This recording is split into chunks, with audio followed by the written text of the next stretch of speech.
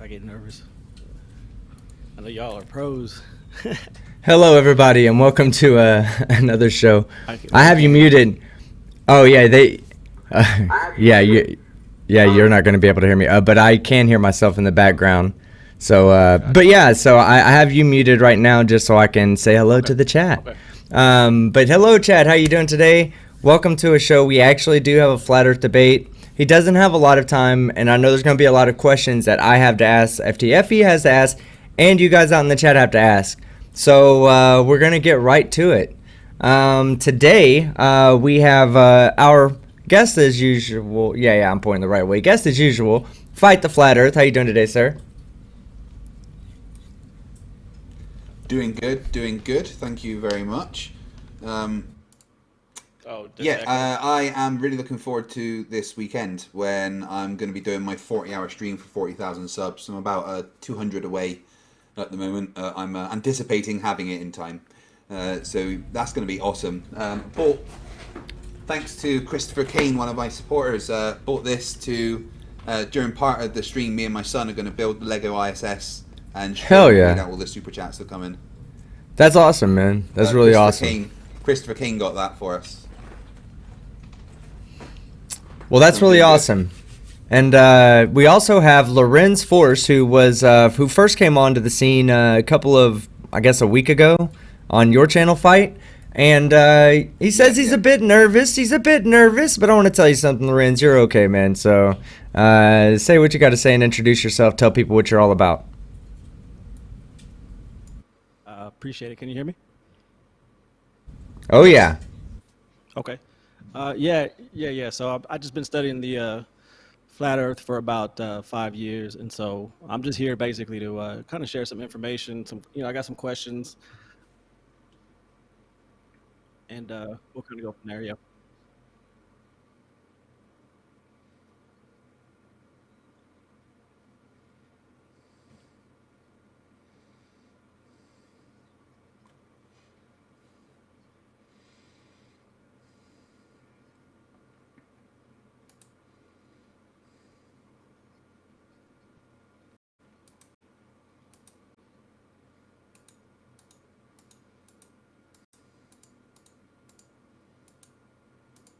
Nathan Thompson's just a jerk. Hey, there's a echo. Ding. I'm hearing like. I'm not hearing an echo. No? I might. Have you got the stream playing as well? Hold on.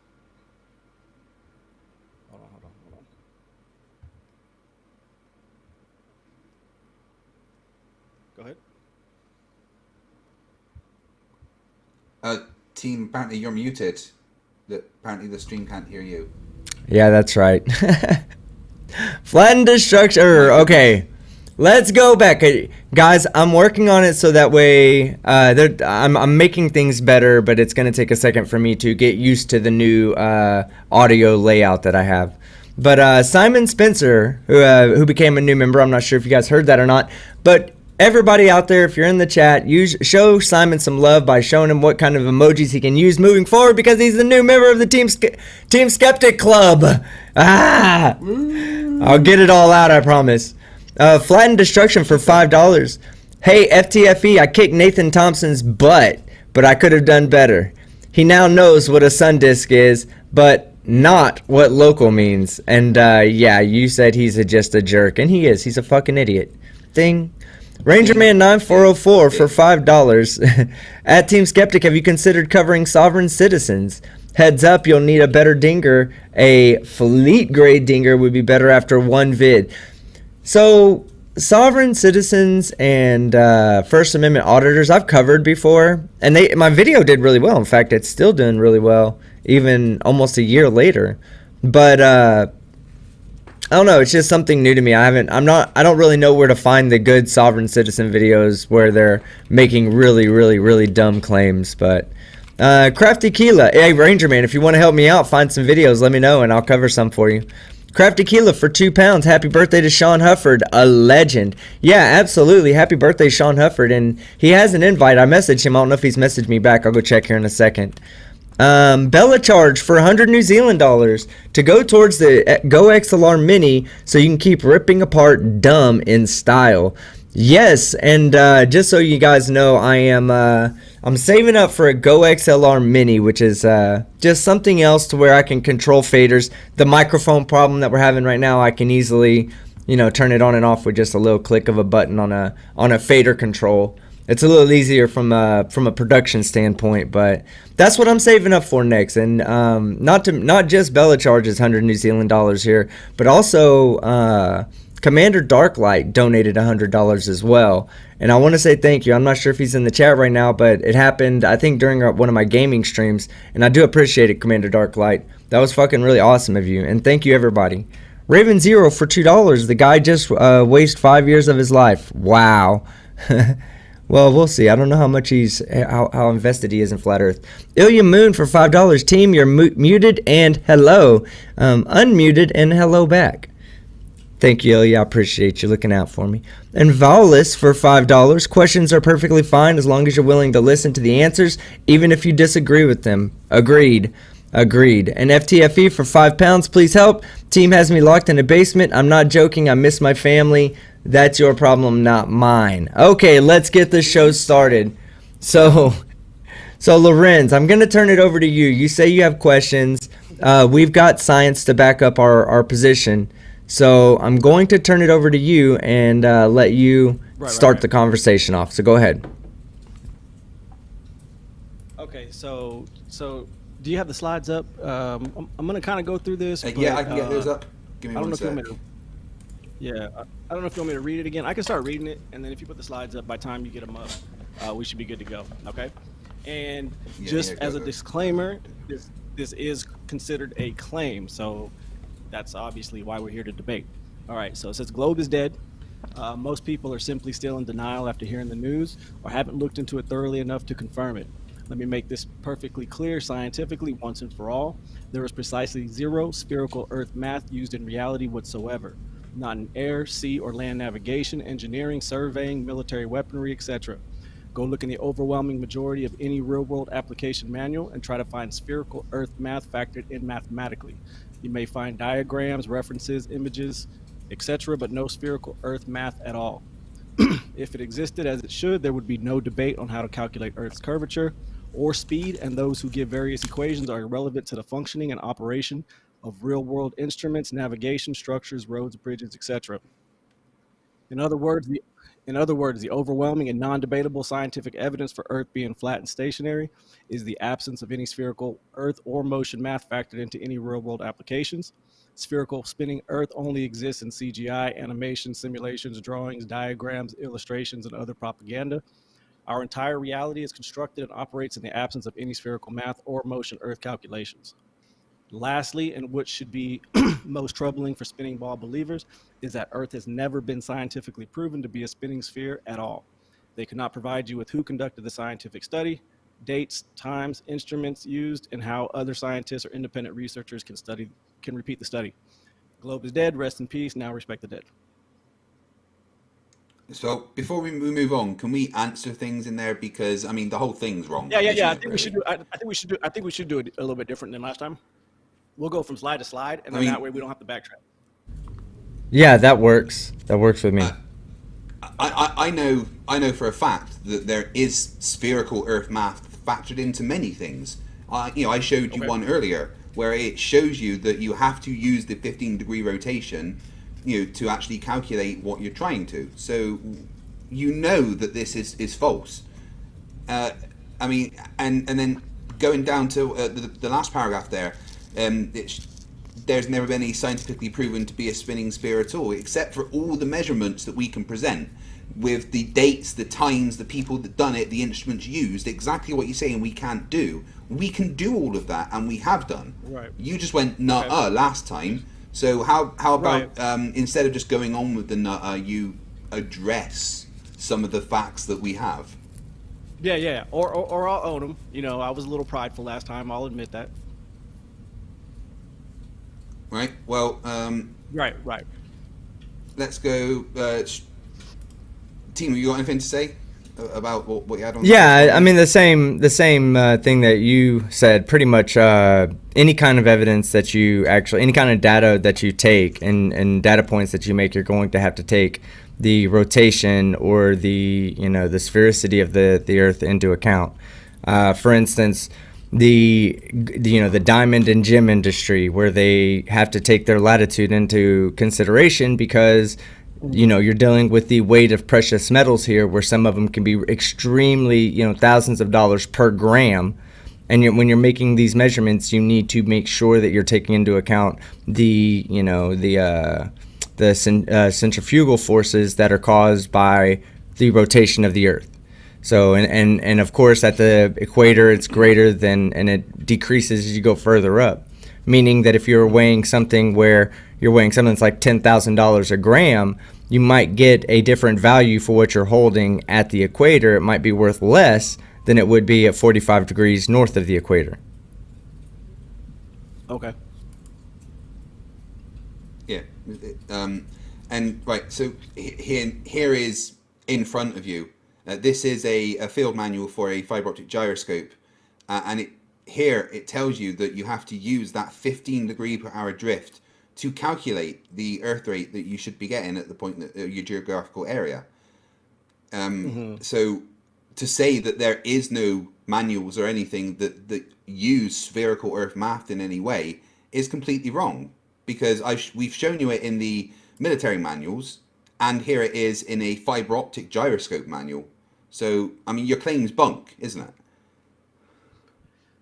No, so you presented this earlier today, right? And this is actually a technical Yeah. manual for a gyroscope by this company, right?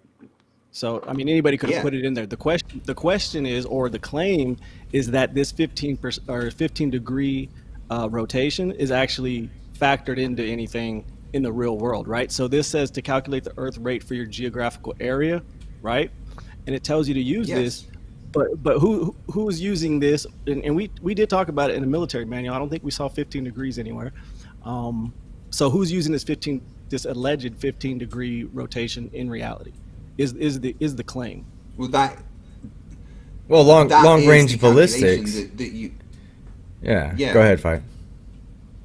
No, Yeah, sorry, go ahead. I'll let you team. I was gonna say, we still take Coriolis into effect in long range ballistics. I brought up the new sniper scope that they're pushing now, that has Coriolis built into the actual scope itself, because if you're shooting over long distances, you will have a slight deflection in one direction or another, and this scope takes that into account. I mean, there's lots of Right. things, like there's entire industries that are built around these ideas. Like if these ideas aren't right, then why do people buy this scope? It would be off every time. Well, so when I was researching the ballistics earlier, it actually had there's always, and it's in the slides too. There's always a left drift, depending on, I guess, whatever piece of equipment or whatever weaponry system it was. But in the field artillery, it always tells you it's gonna drift right, so the correction is always to the left, right? And so when you're saying that it's built in, Wait, no, it's not then always that's going to gonna drift compensate. left. No, it's gonna drift right every time, and so the correction is always left. No, it's not.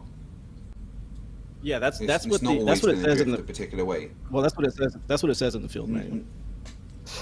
No, I think you may have misread that, because it's not always going to drift in the same direction. That's why when the British Navy were fighting in the Falklands War, and they were firing artillery shells from their boats south towards the Argentine boats, and they were off by double the distance that they thought they would be going towards it. And it turns out that they were using the Coriolis calculations for being in the northern hemisphere. So they had to reverse the calculations because the drift was in the opposite direction. And once they did that, they then hit the Argentine ships and won the Falklands War. But they had to literally take into account the drift and adjust for the fact that they got the calculations wrong.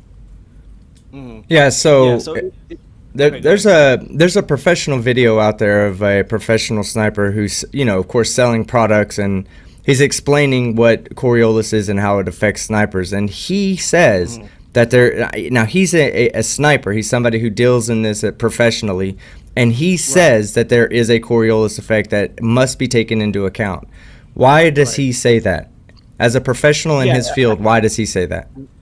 Right. And so, I'm not questioning his specialty or his expertise or anything like that. But all I'm saying is that based on what I've read, and of course everybody can make different claims, and so you take everybody's testimony, if you will, into account, right? And that's evidence. And so, if I'm reading that it always drifts to the right, it's on. If you want to jump to it, it's on slide 25. Yeah. So this is actually it's on slide 25. This is actually from the field manual, right? And so what I'm saying is that this is a part of the evidence, right? And then you said you had somebody else that says, hey, well, we do this as well. Well, if it's already a part of the actual equipment, then of course he would know how to adjust based on how his weapon system fires, right? Now, if you say, okay, well, he tested this in the northern hemisphere, as you would call it, or the southern hemisphere, as you'd call it, and he's, showing you, and he's taking measurements and saying it's going to drift, X, Y, or Z direction based on where he's at in the world, then of course that's evidence as well. You understand what I'm saying? So right here is from the actual manual, and you see where it says drift scale. This scale, which is printed in black, gives a projectile drift in mils. Since the projectile drifts to the right, the drift correction is always made to the left. And it goes into the drift correction again, same thing. Correction is always applied to the left. So this is actually from the field manual. Okay, so this now, is an actual characteristic but of was that talking about talking about like focusing in a specific direction? Because if you were firing from the equator north, then that in that specific case, the drift is always going to be to the right, so you would apply the correction to the left. But you're not always going to be firing in that position. That's my point. Well, see, that's what I'm saying. Right, that's what I'm saying. So I understand what you're saying. Yeah, I think we're kind of saying the same thing, except it's a little bit different, right? Because I understand what you're saying as far as the Coriolis effect, if it's supposed to drift to the right, but if you're firing south, it's supposed to drift to the left, right? But this is still saying it's always going to drift to the right, right? Yeah, but like I said, I don't know what the full page from this is from, but it would probably be saying about in a specific direction and in for a specific under a specific set of circumstances. Right, and we can look at that. I don't know if I have that chart. Matter of fact, go to slide 24 because it's there, and I think this is what you're talking about. Let me see. Are they talking about the Magnus effect? Yeah, I mean, I don't see the whole thing, so I can't see what the context is for what's being described. But I think from what I'm getting from what you're saying is that the drift is going to be caused by the Magnus effect, which is the spinning of the shell. Right. That's what I'm saying. Right. So you know how we said it's always going to drift to the right, so you always have to make a left adjustment. That's what I was talking about. Yeah. Right. So this is a little bit different, but Fight, you had the one that it was talking about. I think something different. This is kind of what you had up, but there's another one. There's a table I, and I think that's the one we wanted to look at.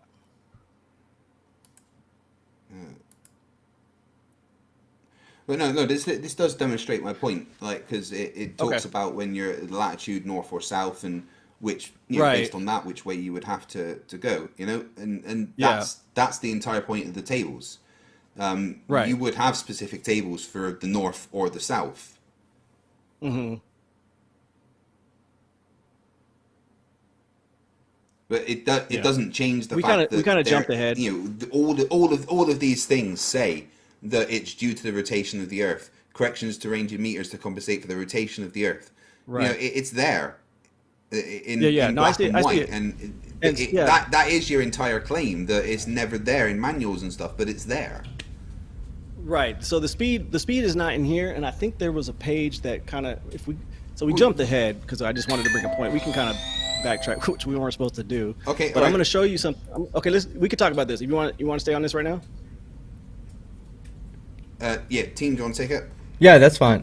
Go ahead. Keep going. I'll answer as best. Like I said, with only a partial seeing this partial portion of the manual, it'll be hard for me to really address everything. Right. But go ahead. Right. Okay. So which slide are you on now? 25. Okay, so yeah, because we can skip all of the, unless you wanted to talk about it, the celestial navigation. But if we want to stay on this uh, Coriolis effect, we can do that. All right. People are saying That's I'm up to you way two. louder than you guys. So hold on one second. Let me Oh, turn you're myself louder. down. Yeah, that well, I guess going out on the master it sounds like I'm louder. So Oh, let me gotcha. turn this down. It won't. You guys will. The volume going to you guys will be just fine. Okay, that should be way better, guys. I'm sorry if it was louder. Like I said, I'm getting this all worked out and figured out. Some of it's on the fly, but that's the beauty of live production, baby. Let's keep going. Okay, let's do. Yeah, since we're on this already, we can just kind of stay on this, I think. Uh, but Okay. But I kind of need you to explain a little bit more in detail than what you're showing here. What you're showing here is just talking about right. some Okay, kind so of go correction that's being made. right. Okay, so let's go to slide 21, and we can kind of start from here. And this is where kind of fight I think was bringing up last time.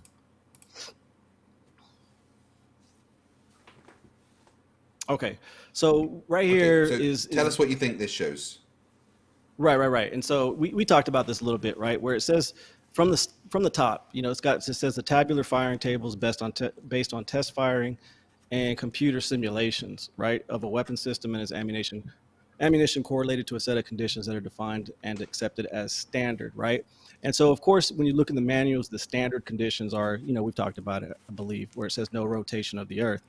Um, and so I know that that's a frame reference, right? And this is a common trend, and this is what we've talked about before with the aeronautical navigation, or excuse me, engineering, and a lot of the other engineering. We talked about the NASA stuff, whatever the case is.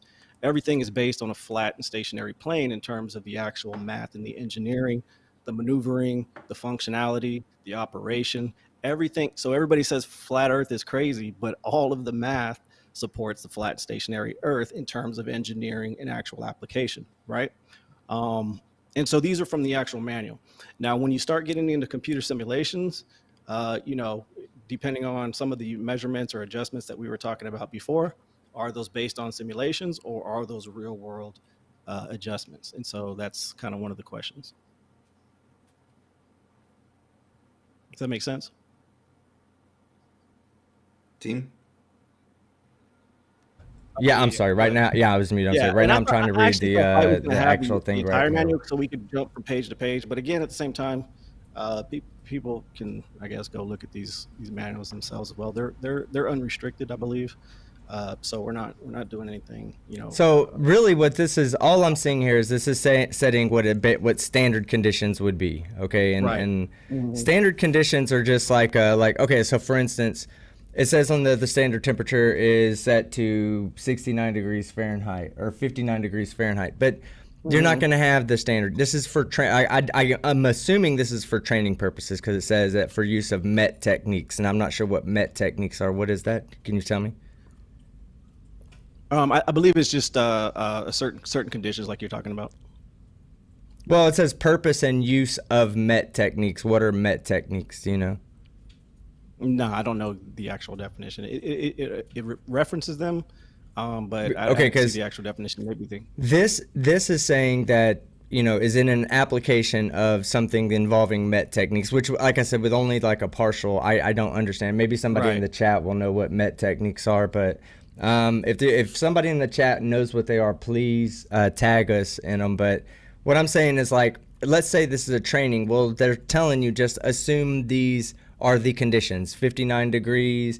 Air density is at 1.22 grams per Right. meters cube. I think Yeah, that's what it's saying because you're absolutely it right. even says Right. in there air target and MDP at same altitude.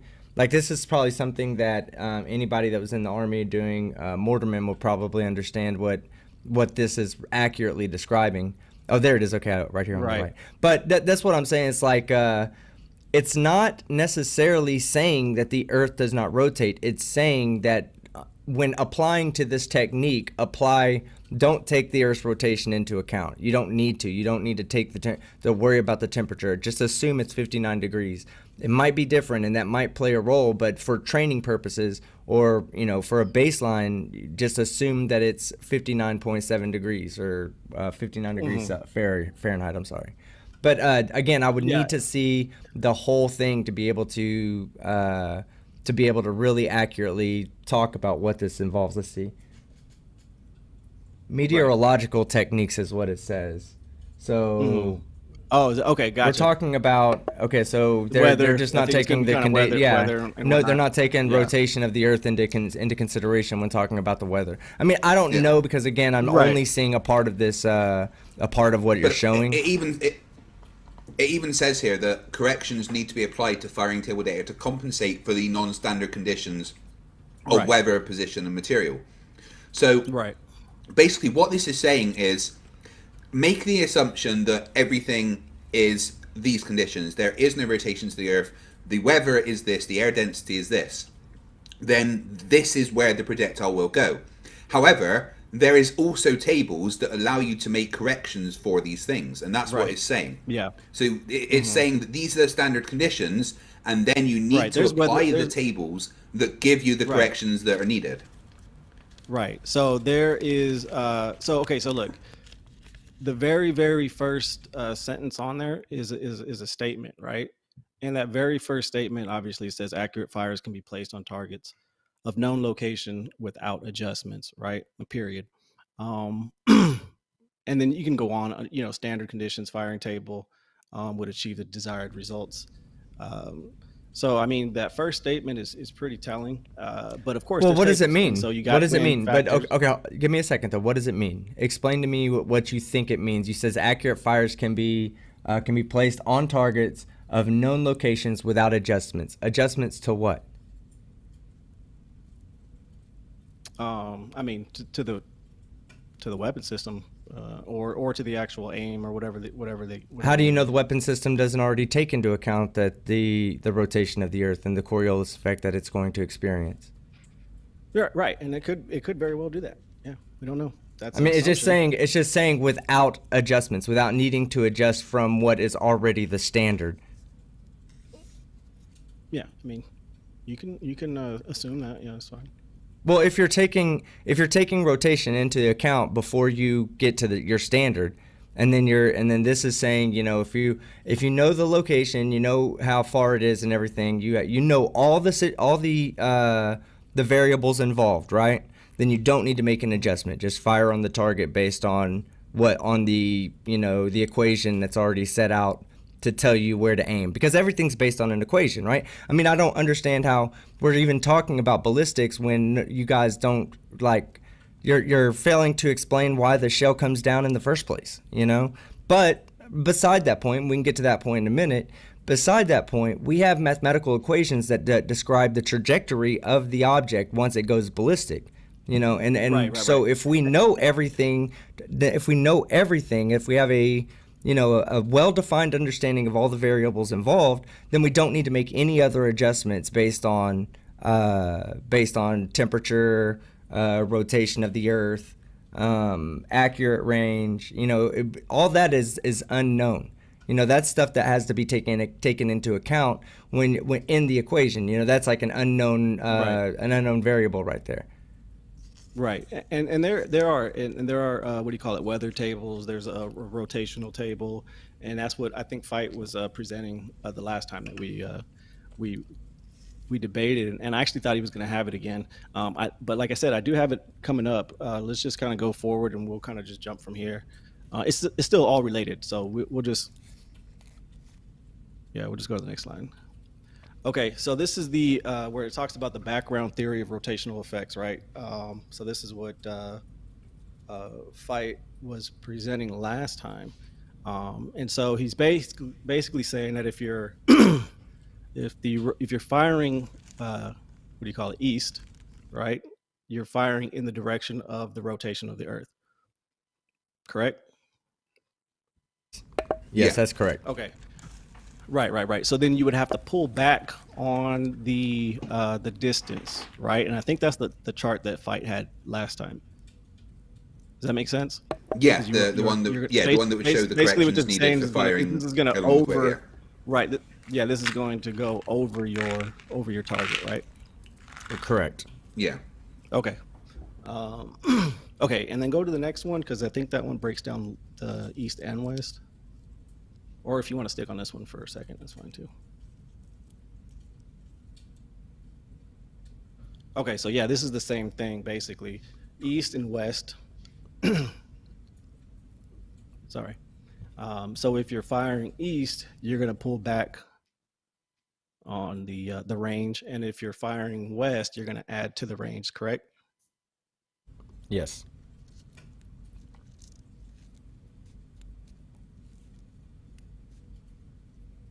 Yeah, he said. Okay. He said. Yeah. Yeah, you didn't. I'm sorry, you may not have heard me. I said yeah. All right. So then go to the. So this is the rotation theory, right? So increase west, decrease east. Okay. So then I think this is the chart that Fight had last time. Going to the next one.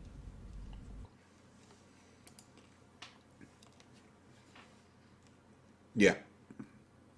Okay. Yeah, he had table H. There's also table I that talks about azimuth, and I thought he was going to have it this time, so we could talk about it.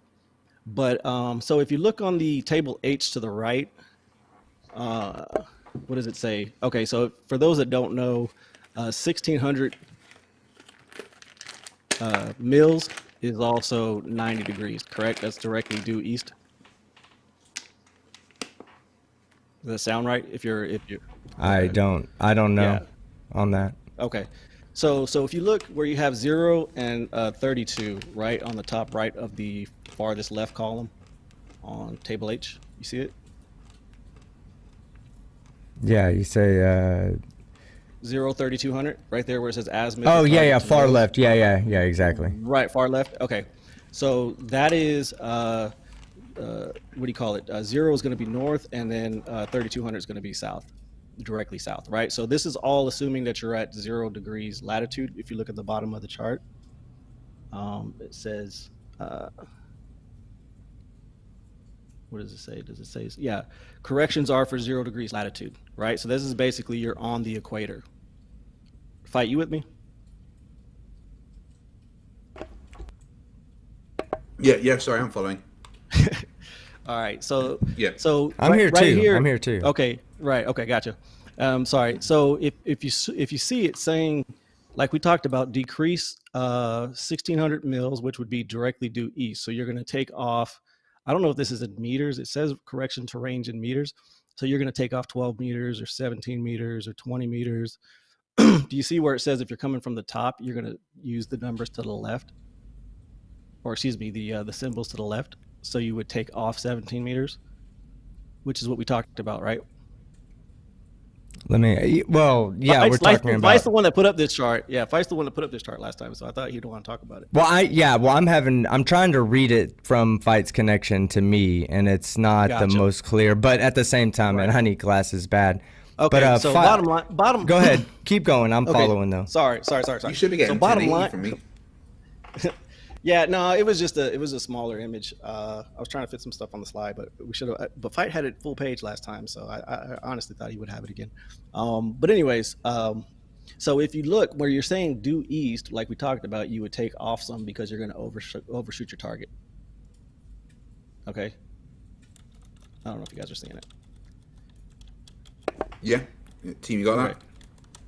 Yeah, I'm looking. You said you presented this, so I'm gonna try to follow along. I can barely see the numbers. I'm trying to read the numbers, and I can't really see them that well. So Okay, bottom line is this one is saying you're coming from the top, 1600 meters, or excuse me, sorry, 1600 mils. So this means that your target is you're firing due to east. the due east directly. You're on the equator, you're firing due east. Well, because of the rotation of the Earth, right, allegedly, then you're going to take off some because you don't want to overshoot your target. Is basically what it's saying. okay, so to say it overshoots it is a little bit of a misnomer. What we're trying to say is that the target drops relative to the person, but it also moves away from them as at the same time. So give me 1 second. Let me pull out the thing. I don't know. I guess I'll need to see. Fight. Do you have the Yeah. actual picture? You can send me the original one.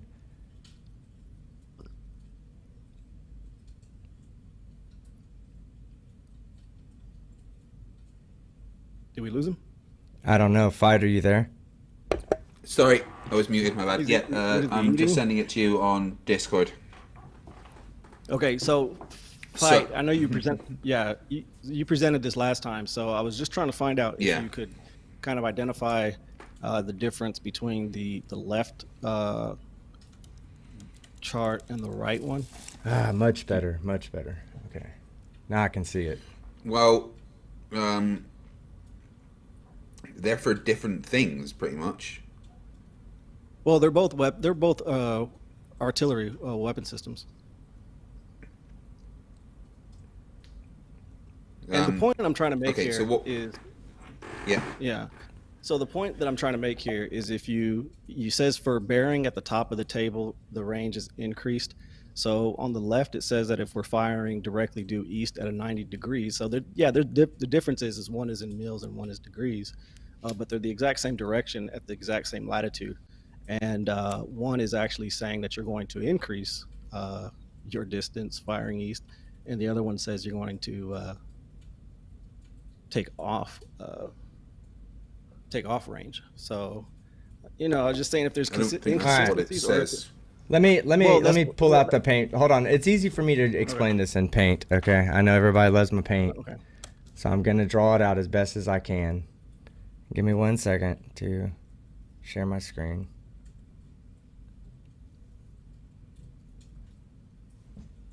Okay, hold on. So, anyways, east is due to the 90 or 1600 mils, and west is going to be 270, I believe. Okay. And So this is You're gonna not be sharing the as screen. I should be. yeah, I see it. Oh, no, you are now. Sorry, my bad. Okay, so here's the thing. You have a target, right? Or you have a firing point right here, right? And you have a target that's over here. Okay? Right. So you have, let's say, you do the calculations. We're just going to draw it as a straight line. We know it's not going to be a straight line, but we're going to say that that's where it's going to hit, right? So when you fire, okay? When you fire, if this is due east, so the Right. Earth... Okay, so the Earth will be coming to you... Okay, so maybe we just got that backwards because we weren't explaining it with pictures. So the Earth is coming in this direction, right? Let's No. see. Yep, the other way. So, like, And I'm- the way you would normally look at it, you would Yeah. say, Okay, yeah. You're west right. to You're east. right. Right. Yeah. It's going that way. Excuse me. Right. All right. So what you got to remember is that all the momentum is conserved. So no matter whether we're traveling faster, slower, or not moving, it's always going to land right here. Okay. But here's the problem: because we're rotating, this target appears to drop off. So from like as we like if let's say this is the point where it's fired at. Well, then what's going to happen is by the time the shell gets there, the Earth will rotate to this point. All right.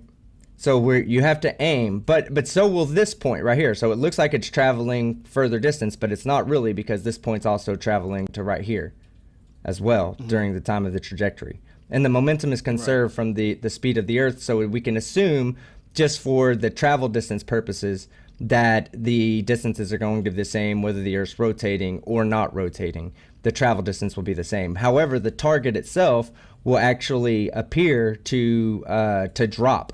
So the aim on it will appear to go up. Will appear to hit higher. So you have to aim lower because instead of hitting higher, you want to actually hit lower. So that's why I'm assuming that's why they're saying you have to shorten the range, because the target itself, it's not the distance that it travels, it's the target itself is going to drop relative to your initial position.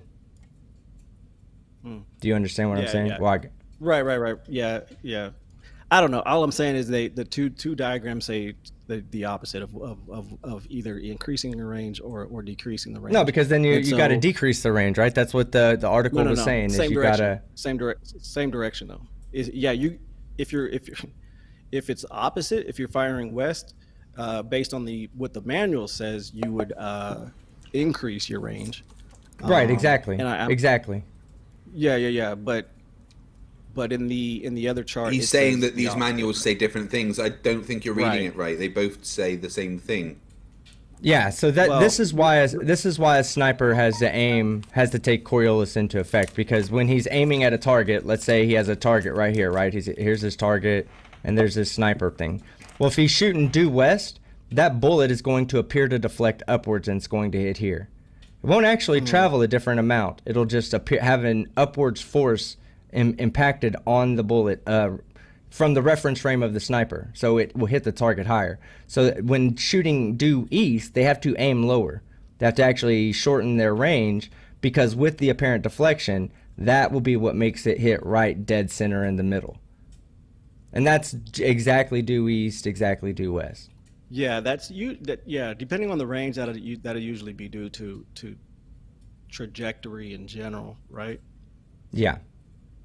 But the distance, you should, the idea that you're having to shoot at a shorter distance is only because you're in the distance that the bullet actually travels, there's going to be an upwards deflection. So it's not that they're saying aim shorter, it's that they're basically saying get ready to take into account the deflection, because you're going to have to take this deflection into account due to the rotation. Right. Yeah. Yeah. No. So fight's right that there is a table there, but when it talks about simulations, or are they really, and not even are they really, but which are they actually, what do you call it, or what adjustments are they making based on this alleged rotate, taking off range, or are they adding range? And so that's just the consistency. That's all I wanted to point out, or the inconsistency. But the problem is yeah, that you're reading the tables wrong. Later on or another time. The tables don't say that. They both say the same thing. That's the way I read it. And if I'm wrong, then we'll have another debate, and you can point it out to me. I mean, well, I think you said it. Well, I think you said it right, though. It says if you're coming from the right. Okay, go ahead. Well, yeah, but Right. his point is that he's saying these two manuals say different things.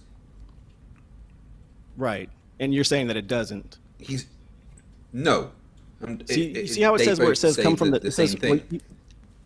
No, we can't see it. We can't see it, but it says for bearing, because there's this graphic on it. But let me pull it up on mine. If you're, yeah. I don't know where it's at. Oh, here we go. Yeah, the way I read it is if you're the actual direction. So if you're going 90 degrees, right? So these are the degrees that you're actually aiming. True target bearing, right? So 90 degrees, which would be to the east. And then at the bottom, it says for bearing at top of the table, the range is increased.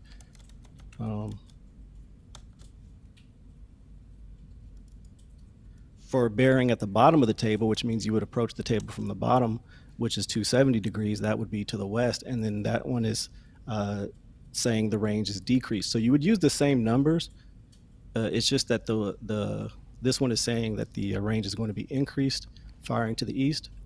And the other table is saying that you're going to take off range when you're firing to the east. Because you see where it says 1600 mils? 1600 mils is the same thing as 90 degrees, which is east. And on the right, you approach the table from the top. Well, I think you just said, I think you might have misspoke there. I think you just accidentally said that it said that the range was to be taken off in both directions. Just repeat one more time just so I can make sure that I heard it right. Go ahead. Yeah. So, okay, on the left table, right, it says the true target bearing is 90 degrees, which would be to the east.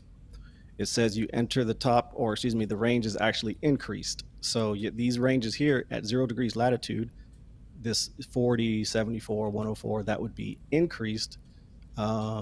Whereas the table on the right says you come down from the top, which is east, and you would use the left symbol, which is to subtract. So one table says you decrease, and one table says you increase. That's all I'm pointing out. And Fight is saying that it doesn't say that.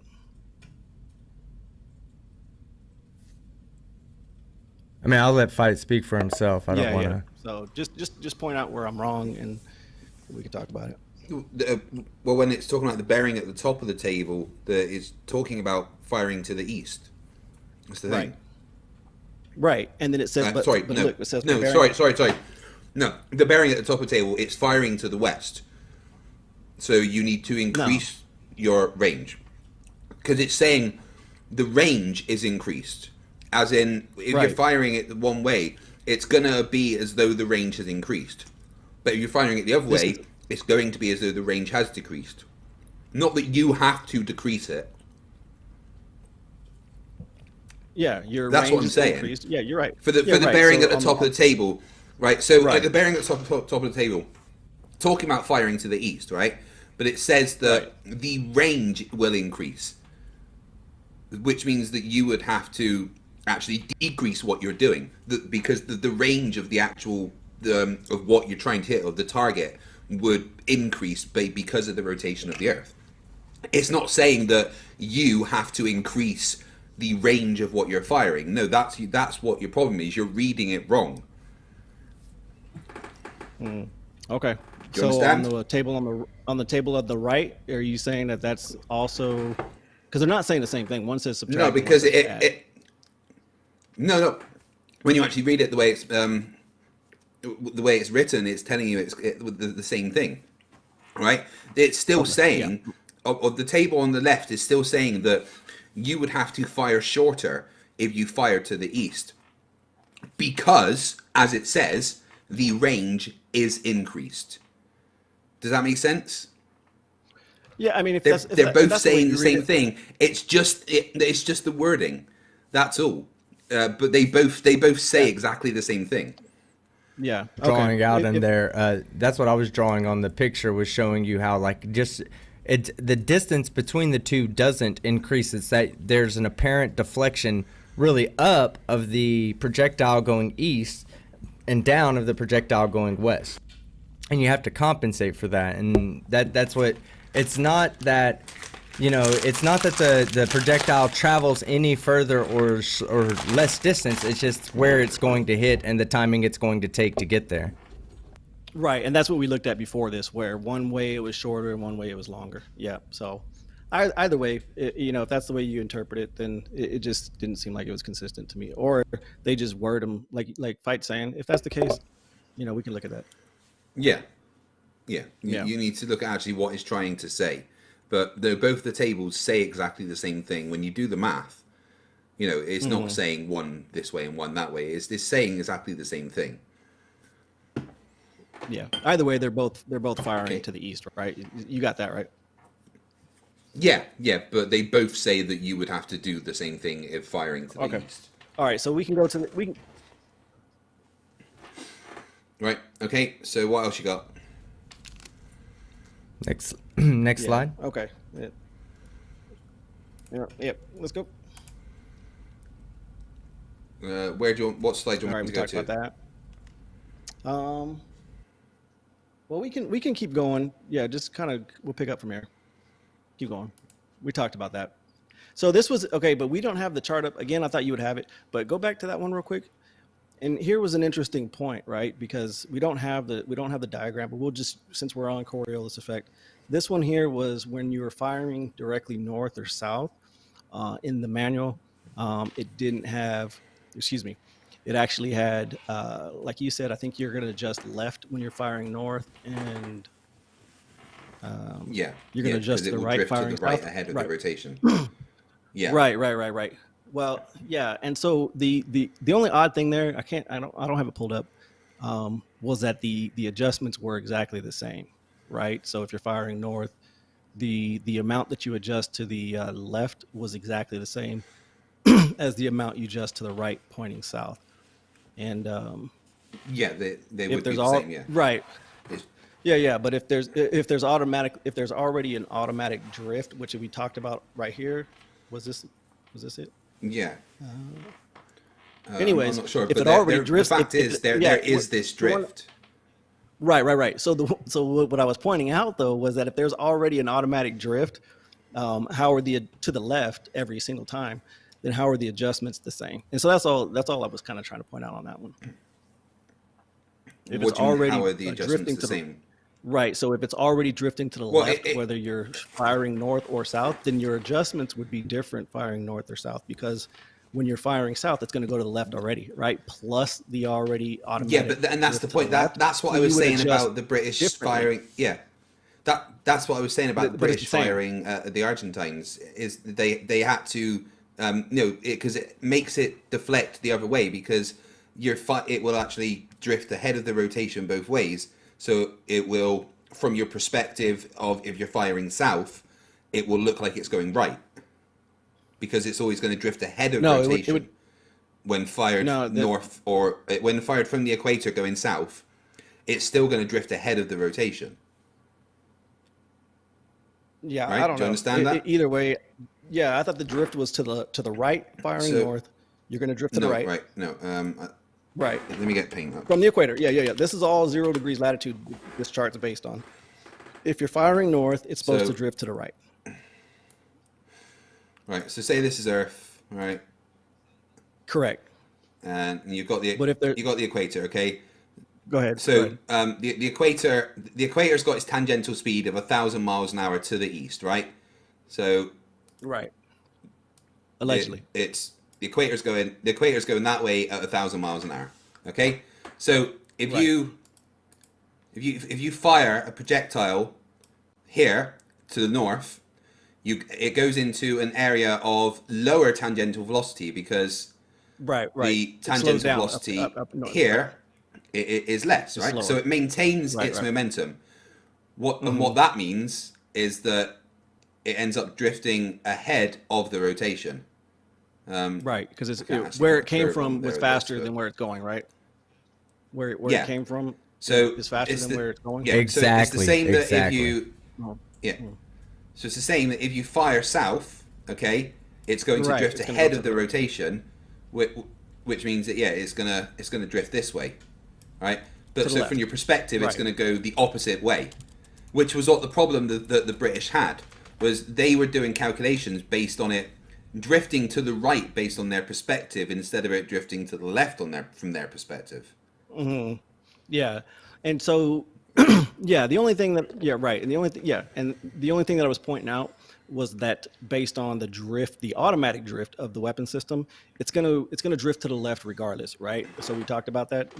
We pointed it out where it's black and white that it always Well, drifts to the left. But so then if it's firing north yeah, and south, how are the adjustments the exact same? They are. If you look in but the that's what I'm book, saying. they're It's not exactly, they going mirror to each other. always drift to the right. That's what we're saying. It's not always going to drift to the left because if you No, fire I north, know. it's going to drift to the right.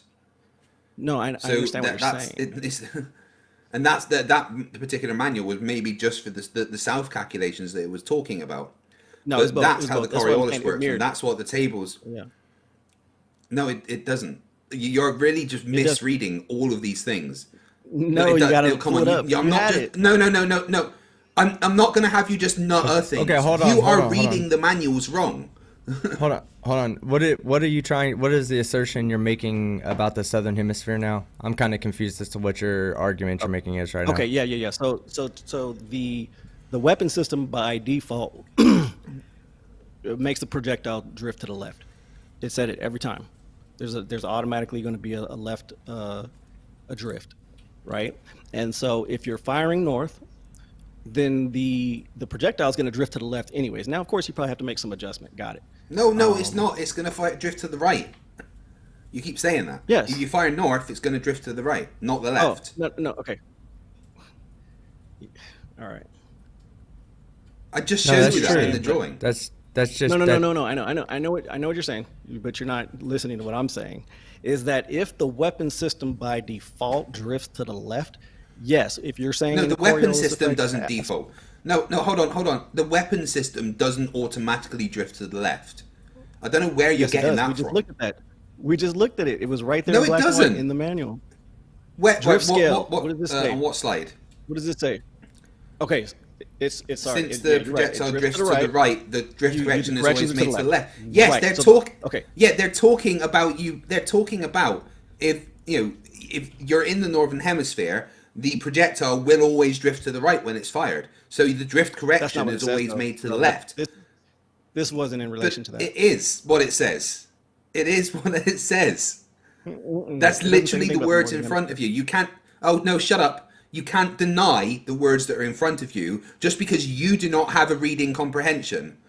Listen, I'm bringing Okay, in show Sean me where. Hufford. I'm gonna bring in Sean Hufford. He wanted to come into the chat. He says we're all getting it wrong, so let me send him a link real Okay. quick. All right. Cause he's But this, ex-military as well, so yeah. I don't know. I'm sure he'll come in here and explain it to us. But yeah, he has a link. He should be joining any moment now.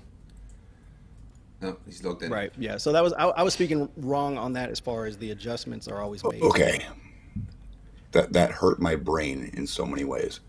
Bring up Drifts to the the right. range chart. So either. Am I unmuted? Team? Yeah, you're unmuted. Oh, it's Can you okay. hear? Oh. Yeah. Oh wait. Bring up- Okay, I hold can't hear on. Sean. Oh, you okay? Bring Hold up on. them charts. I have we a go, brain Sean. aneurysm after listening to all you guys talk about them charts. All right, now you should be able to hear Sean. How There you we doing go. tonight, Sean? Oh boy, I was doing a little, still upset that I kept on getting disconnected from my streams earlier for my birthday, but I had an Happy birthday. aneurysm listening to you guys. Yeah, happy birthday. Happy birthday.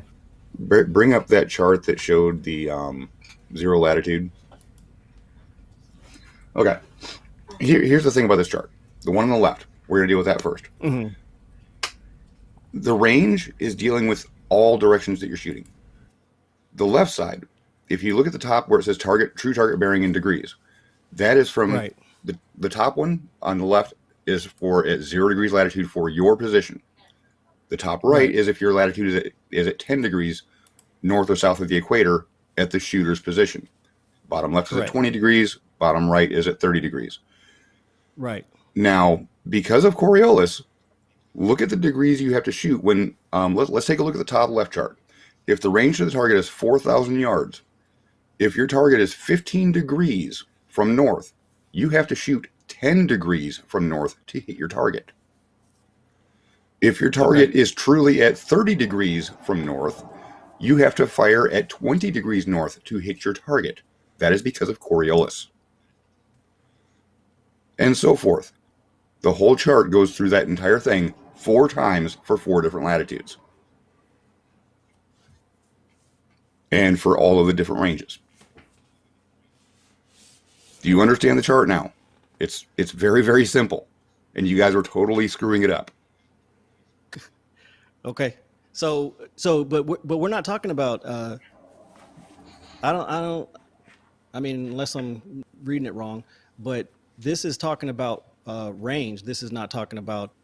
No, the only thing talking direction, about range right? is that center column. If your target is Right, at this range, Mhm. you have. I wish you could see where I'm pointing at my screen. Okay, 4,000. We're Skeptic, at can you put your 4,000. mouse on screen? We're at 4,000. Oh, go over to the left. We're going to deal with just the top left one real quick. Go to where it says 15 degrees for true target bearing. If you go straight down, all of those shots for your angles. Oh, Hey, stop that. Straight down at 15 degrees or 165 degrees. That's the angle you have to shoot at, and you cross-reference that with the range to your target from the center column. So at 4,000 yards, you have to shoot at 10 degrees to hit a target that's 15 degrees above or below the equator. At 8,000 yards for a target, you have to shoot at 19 degrees. At 12,000 yards, you have to shoot at 27 degrees. You'll notice that there's not a correlation with, okay, it's not a triangle on a flat map on these degrees. It's because the Earth is rotating.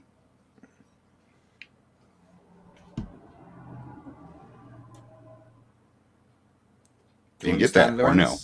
That's why I like having Sean around for that Yeah, yeah. expertise. So you're saying if the actual if I'm understanding you correctly, if you see the actual enemy at 90 degrees, so directly due East. right, then you're saying that you're going to aim the direction of the weapon system at a 40 degree. I flustered myself. 40 degree.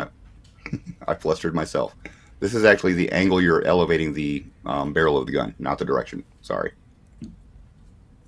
Oh, I thought that's what you meant to begin with. Well, wait a second. That makes no sense either. Because at 90 degrees would be due east. Why would you shoot at 40 degrees Right. at 4,000 yards? That's like 50 degree difference.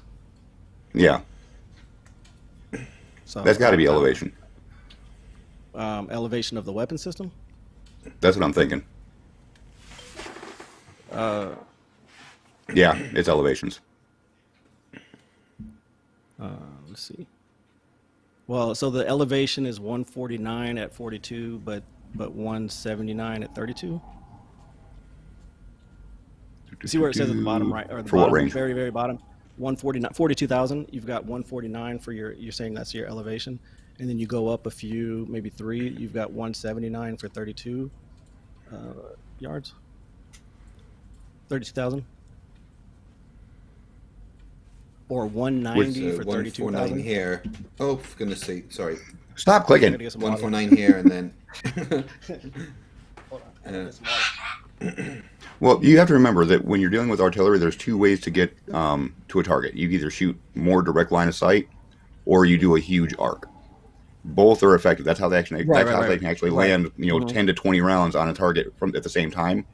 Is they'll just reduce the amount of power or powder, angle up, start increasing more powder, and keep increasing their angle. So they'll land a bunch of shells on one target, all at the same time from a single cannon. So yeah, there's 2 ways to hit a target: either shoot straight at it or angle up.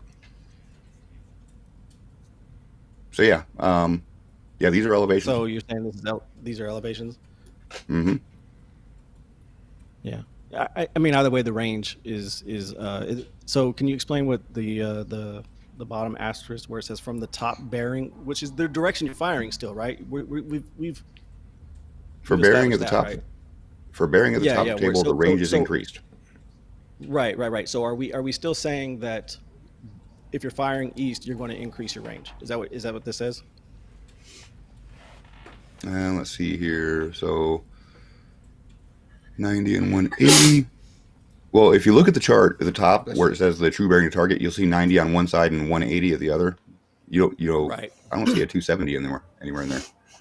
That's it. Yeah, that's interesting. Oh, 270 is at the bottom. Sorry. Well, let's take the 42,000 yard range, and we'll go from the bottom because that's where you get your 180, 270, or 360. So 270 would be due west. Right. You're looking at a 149 degree angle, and that is firing to the west. And when you're firing to the east, at 42,000 yards, you're looking at a 158 degree angle at the 0 latitude. Oh, wait. God damn it. I was looking at different latitudes. Okay. Yeah. That was my bad. Yeah. So we should still be up in the top left, right? In that top left box. Right. Right. Okay. But the problem is the top left box doesn't go to 270 or anything above 90 Right. or 180. I mean. Yeah, you would still read it from the bottom. You would just say that based on the way I interpret it is if you're coming from the bottom 270 and you're firing, say, on 1 degree latitude at 42,000 miles 42,000 meters or yards. Right. Then you're going to, at least the way I read it, I could be wrong, obviously, was that you're going to increase you would add the 158. Fight, I think, is saying you're going to subtract the 158. But see, what's confusing me on this chart now is the 0 to 180 shot on the top left, or on any of the charts actually. It has a 0 for all values. Right. And Fight explained that. Like he said, I think he explained it. If you're firing north or south, then the range isn't going to change. No, that's exactly right. If you're firing north or south, the only thing that'll change is a apparent left or right deflection. The deflection right. to the left or the right. Yeah, right. Any angle above range is 0 gonna stay or the same. below 180. Yeah, any angle above 0 or below 180 or above 180 and below 360 is always going to have some sort of elevation deflection, just because it's not going to be straight due north or due south. Mm-hmm. Do you understand, Sean? Yeah. Yeah. I think it's There was one other thing that actually burned my goat a bit. If you went back to one of your first citations that had a highlight on it. Yeah. Is that it? No, that might be it. Okay, you have highlighted accurate fire. fires. Yeah, you have it highlighted for accurate fires can be placed on targets with known location without adjustments. But you didn't read two more sentences down. It says, however, it is valid to assume that standard conditions will not exist. Right. I like how you skipped that entirely. Well, I didn't skip it because I started with the first line, but it's Yeah, got a but you- period, right? But yeah, no, I got you. Yeah, but this You're is right. this is called cherry picking. You're not reading the whole thing in context. It's a fallacy of omission. You're omitting that fact that they state standard conditions will not exist. Not can Yeah, not. it's like when Will not. Yeah, it's like when you guys quote the NASA manuals about a rigid aircraft and stuff, flying over a flat plane. You know, there isn't going to be a rigid aircraft because that just doesn't exist. But if you do the calculations based on that, and then you need to add the variables, and it's the same here. It's saying, well, if there was completely standard conditions, this is what would happen. However, there isn't standard conditions, which is why tables of corrections exist. Yes. Right, and we talked about that already. Okay. Yeah. So, So, but you're okay. I But mean- that means hold on. I'm going to point out something real quick.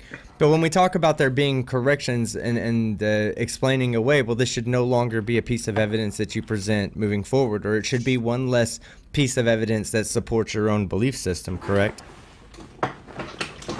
Right. Yeah, I believe there's always going to be some type of adjustments. Okay. Yeah. It just irked me Right. you presented it as evidence and you left out a key phrase there that actually refutes this as evidence. So, are you saying that the first line is inaccurate?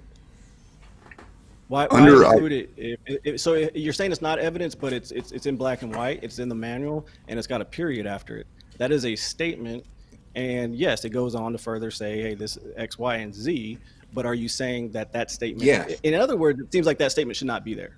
Honestly, is that what you're But saying? look at the next two sentences in context. Understand. No, I understand what you're saying, but you're saying Hold on. that it. Hold on. Right. You're preventing me from reading a sentence that debunks your claim. Under standard conditions, the firing table data would achieve the desired results. However, it is valid to assume that standard conditions will not exist. Right. Yeah, you leave those two sentences out because they shit on your claim.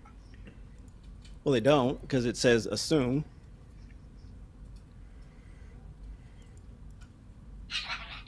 But it is valid to assume. It means it's not just you can just flight a fancy, throw this away. No, standard conditions will not exist because one of them will always be there, rotation of the Earth. Yeah, that's another interesting one. That's exactly why I was asking about that because how is it a standard condition that the Earth is not rotating? Is that you're saying that the Earth will be rotating all the time? Right. If they can make an ideal firing solution, they wouldn't take any. Wouldn't it be standard rotating? Okay, you're having the same problem that every other flat earther has. You ask a question and then you will not allow it to be answered. Okay, Stop sorry. that. So, ideally, they would love for every shot to go as fired without taking any variables into account. They would love that. Unfortunately, they have to take these variables into account and they have to modify their firing solutions every single time. So, yeah, they would love to do it.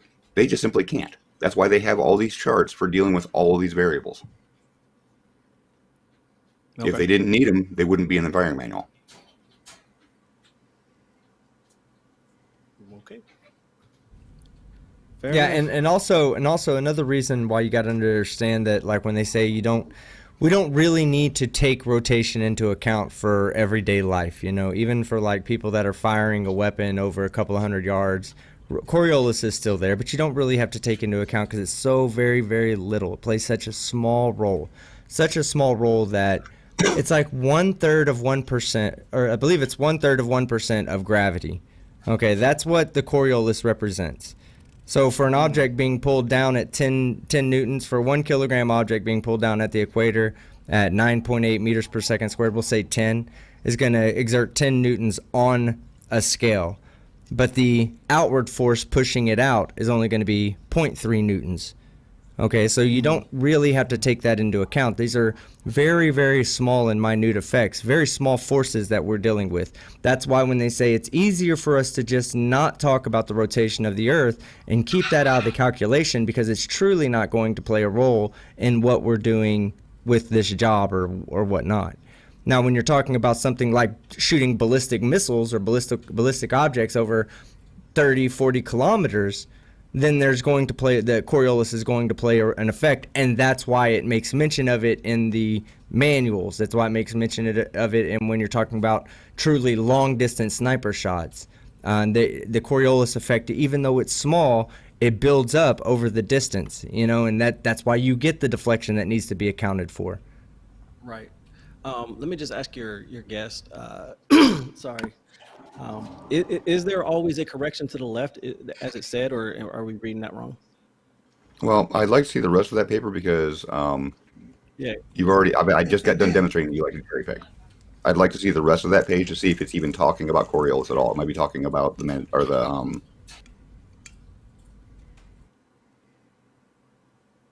what's one of a rotating body, because the shells are spinning, so they're going to have. Oh, it starts with an M. It's on the tip of my tongue. Mills. No, not Mills. It's a force. Well, it's a pseudo force. Shit. Skeptic actually said it earlier. It starts with an M. I can't remember. You're talking about the the Magnus effect. Yeah, the Magnus effect. Thank you. Yeah. They got it. Most shells or most rifle barrels are rifled in a specific direction, but not all of them are. So generally, they'll all drift one direction, but then you get those barrels that are rifled the other direction, and just firing east or west, they'll consistently fire in that same direction. But when you start firing long distance, north or south, Coriolis is a lot stronger than the Magnus effect. Yeah. So that's all I was getting at, is that if like I think who was it? Team was saying that, or Fight was saying that it's not always going to drift to the same direction, and if the weapon system is designed that way, then that's not a correct statement, which he made.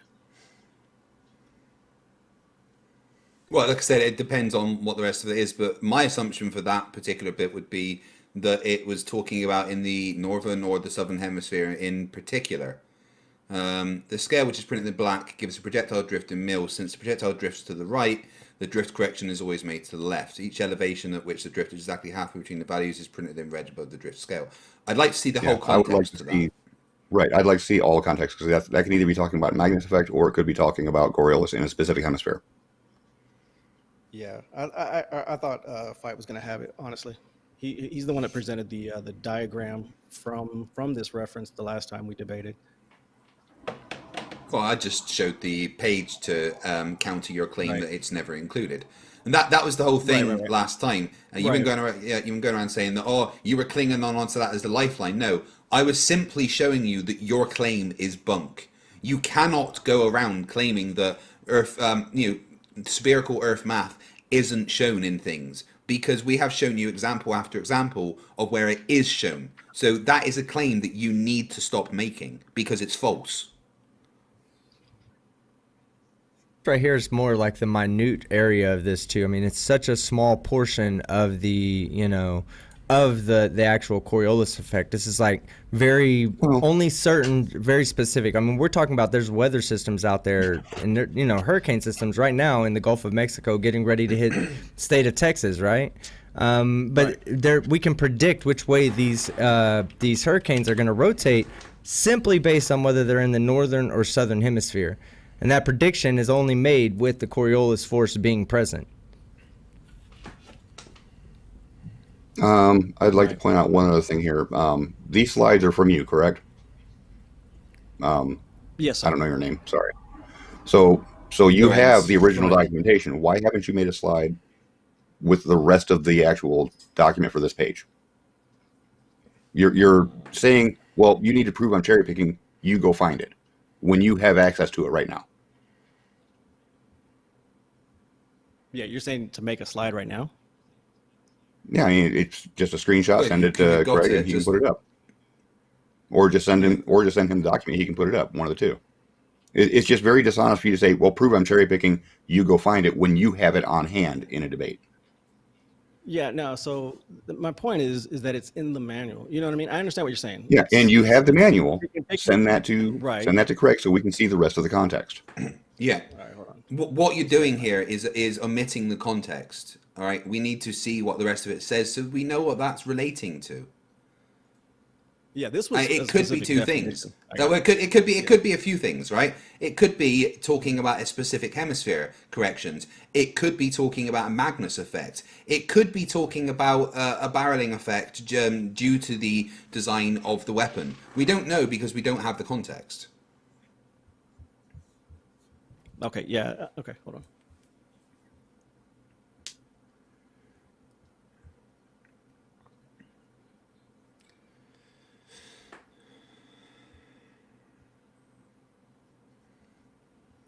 Earth. Yeah.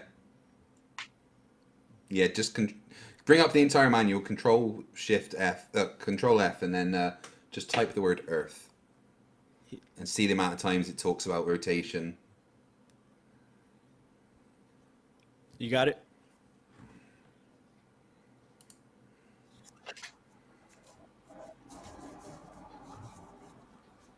God, I'm fucking muted. All right, let me grab some Hey, water.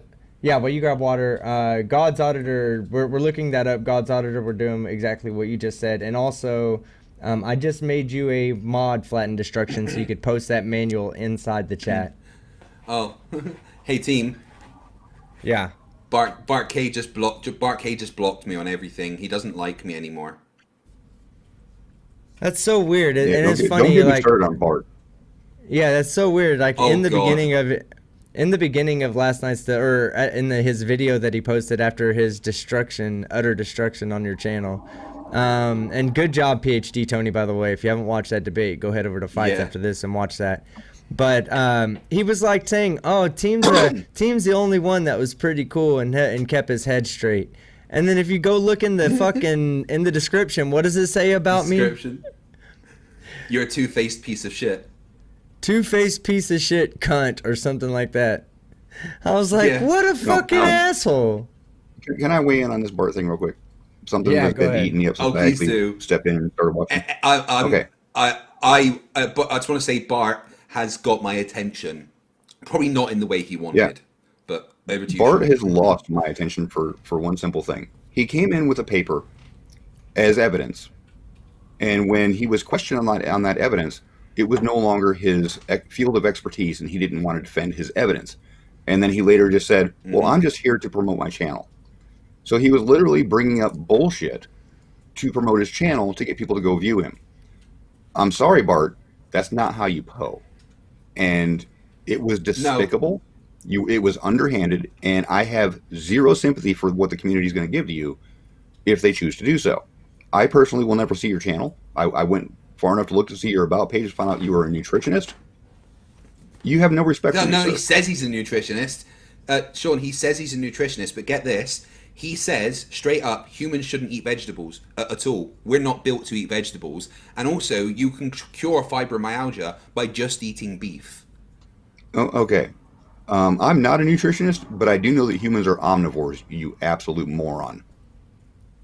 Yeah, no, he is an absolute fucking idiot, right? And he just said to me in the messages we were having back and forward, oh, whatever, you fucking idiot. I gained a bunch of subs yesterday because of that, so I'm sitting pretty. Well, if you check Social Blade, guys, what you can see is that over the last 28 days, his channel has lost 100 subs. So no, he is completely lying. Back on the topic. Said, but here's the thing, Sean. Everything that he said, he actually believes because you go into his comment section and stuff, and he's pushing it all as fact. So he kept saying that as a get out, but he 100% believed everything that he said. But Okay, yeah, back on course. he's gotten enough of my attention. Let's get back to the topic.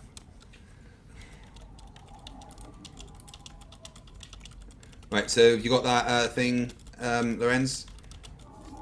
Oh, I thought Team Skeptic said somebody posted it in the Discord. Oh, team, have you got it? Oh, yeah, I'm waiting. I asked him to post it in the thing because I didn't know where he said he posted it in Discord. Let me see if I can find it. Hold on, let me.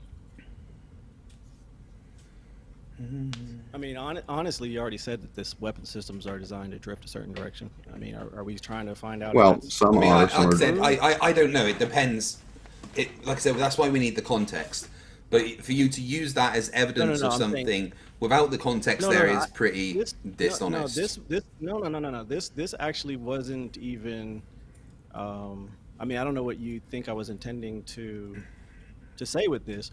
This actually had nothing to do with the Coriolis effect in terms of, it's this wasn't intended to say that the Coriolis Check effect Discord. wasn't real, right? All right, okay. I'm sorry, I didn't mean to cut you off there. Go ahead. Yeah, no, this was actually based on actually the diagram. I actually thought I included it, honestly, and I thought Fight had it as well, so I thought it would be available. But there was the Coriolis effect chart that had what do you call it? Just do a search The for same- drift scale. The drift scale, yeah. No, drift scale. Sorry. Drift scale. The idea was for me posting that was that Okay.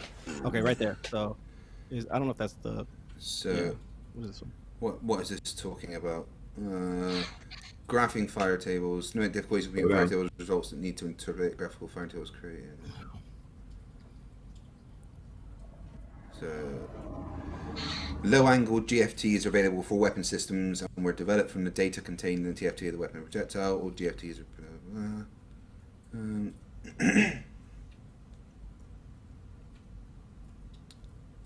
I'm still not really getting the context of what this is about.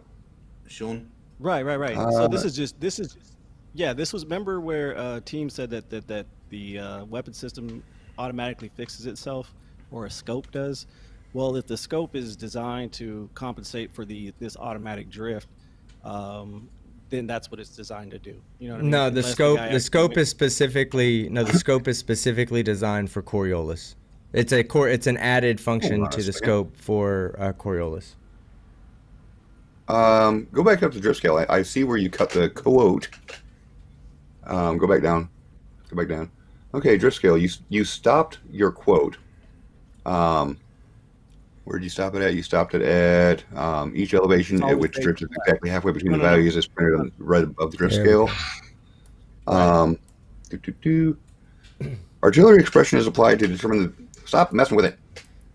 Sorry, just getting bigger. Artillery expression is applied to determine the values of drift at each of these elevations. In determining drift, it is important to note that drift is a function of elevation. Okay. So it's not talking about firing north, south, east, west. It's just a function I of said elevation. that. That's what I said. Yes. I It's said literally that. I just said it- Magnus. Oh, in that case, it's talking about the Magnus effect. Yeah. Yes. Yes. Well, that's Yeah, and the same Magnus thing. effect It is doesn't something matter completely what different to direction you're- Coriolis. Either. Well, yes, no, exactly. I Magnus said effect is different. Magnus effect isn't going to deflect the same way Coriolis does. all Do you know I'm what a saying Magnus that effect this- is? I don't know. No. Okay. Magnus effect. If you take a basketball at the top of like a 150-meter dam, how ridiculous channel has done it many times, and you spin it while it drops, that's exactly what I was going to it will start veering off in another direction based on which direction it was spinning. Right. Yeah. Okay, so you're talking about.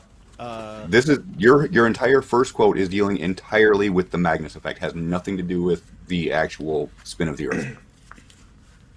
Right. Yeah, that's what I said. I said it's going to drift to the left regardless. That's Yeah. we're saying the same thing? Yeah. Yeah, and that's this because case, of the yes, left because direction of the arrow. Because- It's going to drift to the right, but the corrections are always to the left. Yeah, that's what I said. This had nothing. This wasn't a section Yeah. about Coriolis or what hemisphere you're in. That's Well, what I this said. has nothing to do with the rotation Well, of no, the but- Earth either. but- I said that. Yeah, that's but what I that said. seemed to be what you were. Well, then why No, were it you wasn't. presenting it? No, because you did say Because that. Well, because you did try to correct Craig on the Coriolis effect. Well, say, and you said this says it always goes to the right, and Coriolis says that in a different hemisphere it always goes to the left. And you actually That use this as an argument against Coriolis, and it has nothing to do with it. Okay. This says that the projectile drift to the right. Does it say that? Yes, because it's dropping, and it has a Yes, Magnus yeah. effect because of the drop. Okay, okay. Let's see where. I mean, does it say Magnus effect? I don't know. I don't see. I didn't see that. So That's I why just it's cherry picked, Magnus and No, it effect it is doesn't. based says on it. Magnus So effect is caused by changing of elevation as something is spinning. The round is okay, spinning but because of the rifling of the barrel. As it's dropping elevation, it's getting a Magnus effect. It's going to deflect one way based on the rifling of the barrel. yeah, but that wasn't the only place. So when you saw that, I also it was something else about the Yeah, drift. but this whole drift thing has nothing to do with rotation of the Earth. It is all about rifling, which leads to Magnus effect as it If changes yeah, elevation. if something's spinning, which most projectiles when they come out of a barrel, they have rifling built into, so they spin so that they can be more stable when they're going through the air. That's what happens when something spins. It creates an internal centrifugal force, makes it more stable. Mhm. But that spin, as Yeah. Sean's saying, will induce a deflection based on elevation because of how far it has to fall. As it's It's a, falling, the it's the Magnus same effect, thing. because of its spin, will make it drift. It's the same thing as an airplane getting lift because of its wings.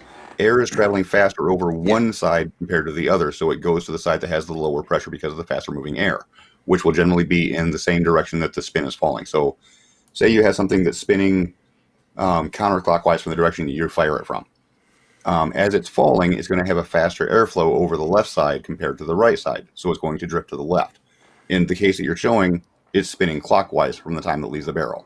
So it has a faster airflow as it falls on the right side than it does the left, so it drifts to the right. That's what your entire slide Mhm. was talking about, was Magnus effect. Nothing to do with rotation of the Earth. Yeah. So it's not really evidence that the manuals are internally inconsistent as you were trying to present, right? I honestly think that you should just move away from this whole, well, these manuals say this thing, so maybe it's Well, wrong, no, no, no. because they, The idea was that it drifts to the right, right? Are you saying? Okay, let me ask your guest. Are you saying that this will continue to drift to the right if you fire north, Until it hits the ground, yes. or But the problem is, you also have to deal with Coriolis if you're firing either north or south. If you're right? And firing that east was or my west, point. it's going to be entirely Magnus, other than the height that you're going to hit the target.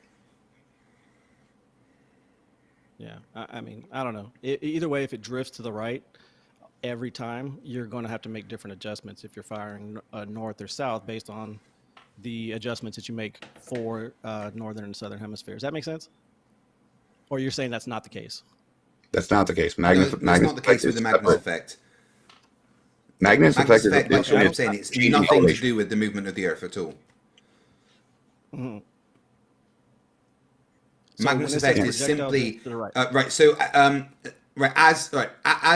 as something is spinning, right, what it does is it Mhm. creates a low pressure area and a high pressure area, okay, which will create a pseudo force pushing it in a particular direction, which is why if you spin a big ball towards you but throw it away, right, it will literally make it deflect further away from you because it creates a high pressure area behind the ball but a low pressure area in front of it as it drags the air around. So this is what a channel called How Ridiculous do. They get big like beach balls and they go up the top of a dam and they try to Yeah, yeah, yeah, induce yeah, different directions of Magnus effect on it, right? So if they spin it yeah. backwards towards them, instead of it just dropping straight down, it actually flies off for ages into the distance. And that's Right. what it's Yep. talking I see about that. because because the projectile is say rotating to the right, it's going to create a high pressure area on the left of the bullet, making left of the projectile, making it deflect to the right. And based on elevation, the more distance it's going to travel, the more deflection to the right due to the Magnus effect that will occur. Okay, now I'd like to speak for a second, because I do Okay. have something right here. This is was shared to me on Discord via Bob Will. Thank you very much for that. And this is from. Oh well, let me share my screen. I apologize. 1 second. Yeah, it's still showing me. Yeah, I forgot I gotta share my screen. Okay. So this is the firing tables from 1967 from the Mhm. U.S. Army. Okay. So U.S. Right on. distribution authorized to U.S. government agencies and their contractors. All right. And Mhm. on page 32 right here. And I want to say thank you again, Bob Will, for pointing this out and bringing this to my attention. I appreciate this. Yes, right here, compensation, letter G. I'm not sure how well can you see that pretty well, or do you need me to increase it for you? I got you. Okay, I see compensation for rotation of Earth. The final computations to be made in preparation for determining the ballistic coefficient are those to determine the coefficients used in the equations of motion to compensate for the rotation of the Earth. And here are some equations. And it says where, and then it has all the list of everything of what each one represents, what each variable represents. And the equations of motions given on page 22. And I'm sure we could go back and look at those as well.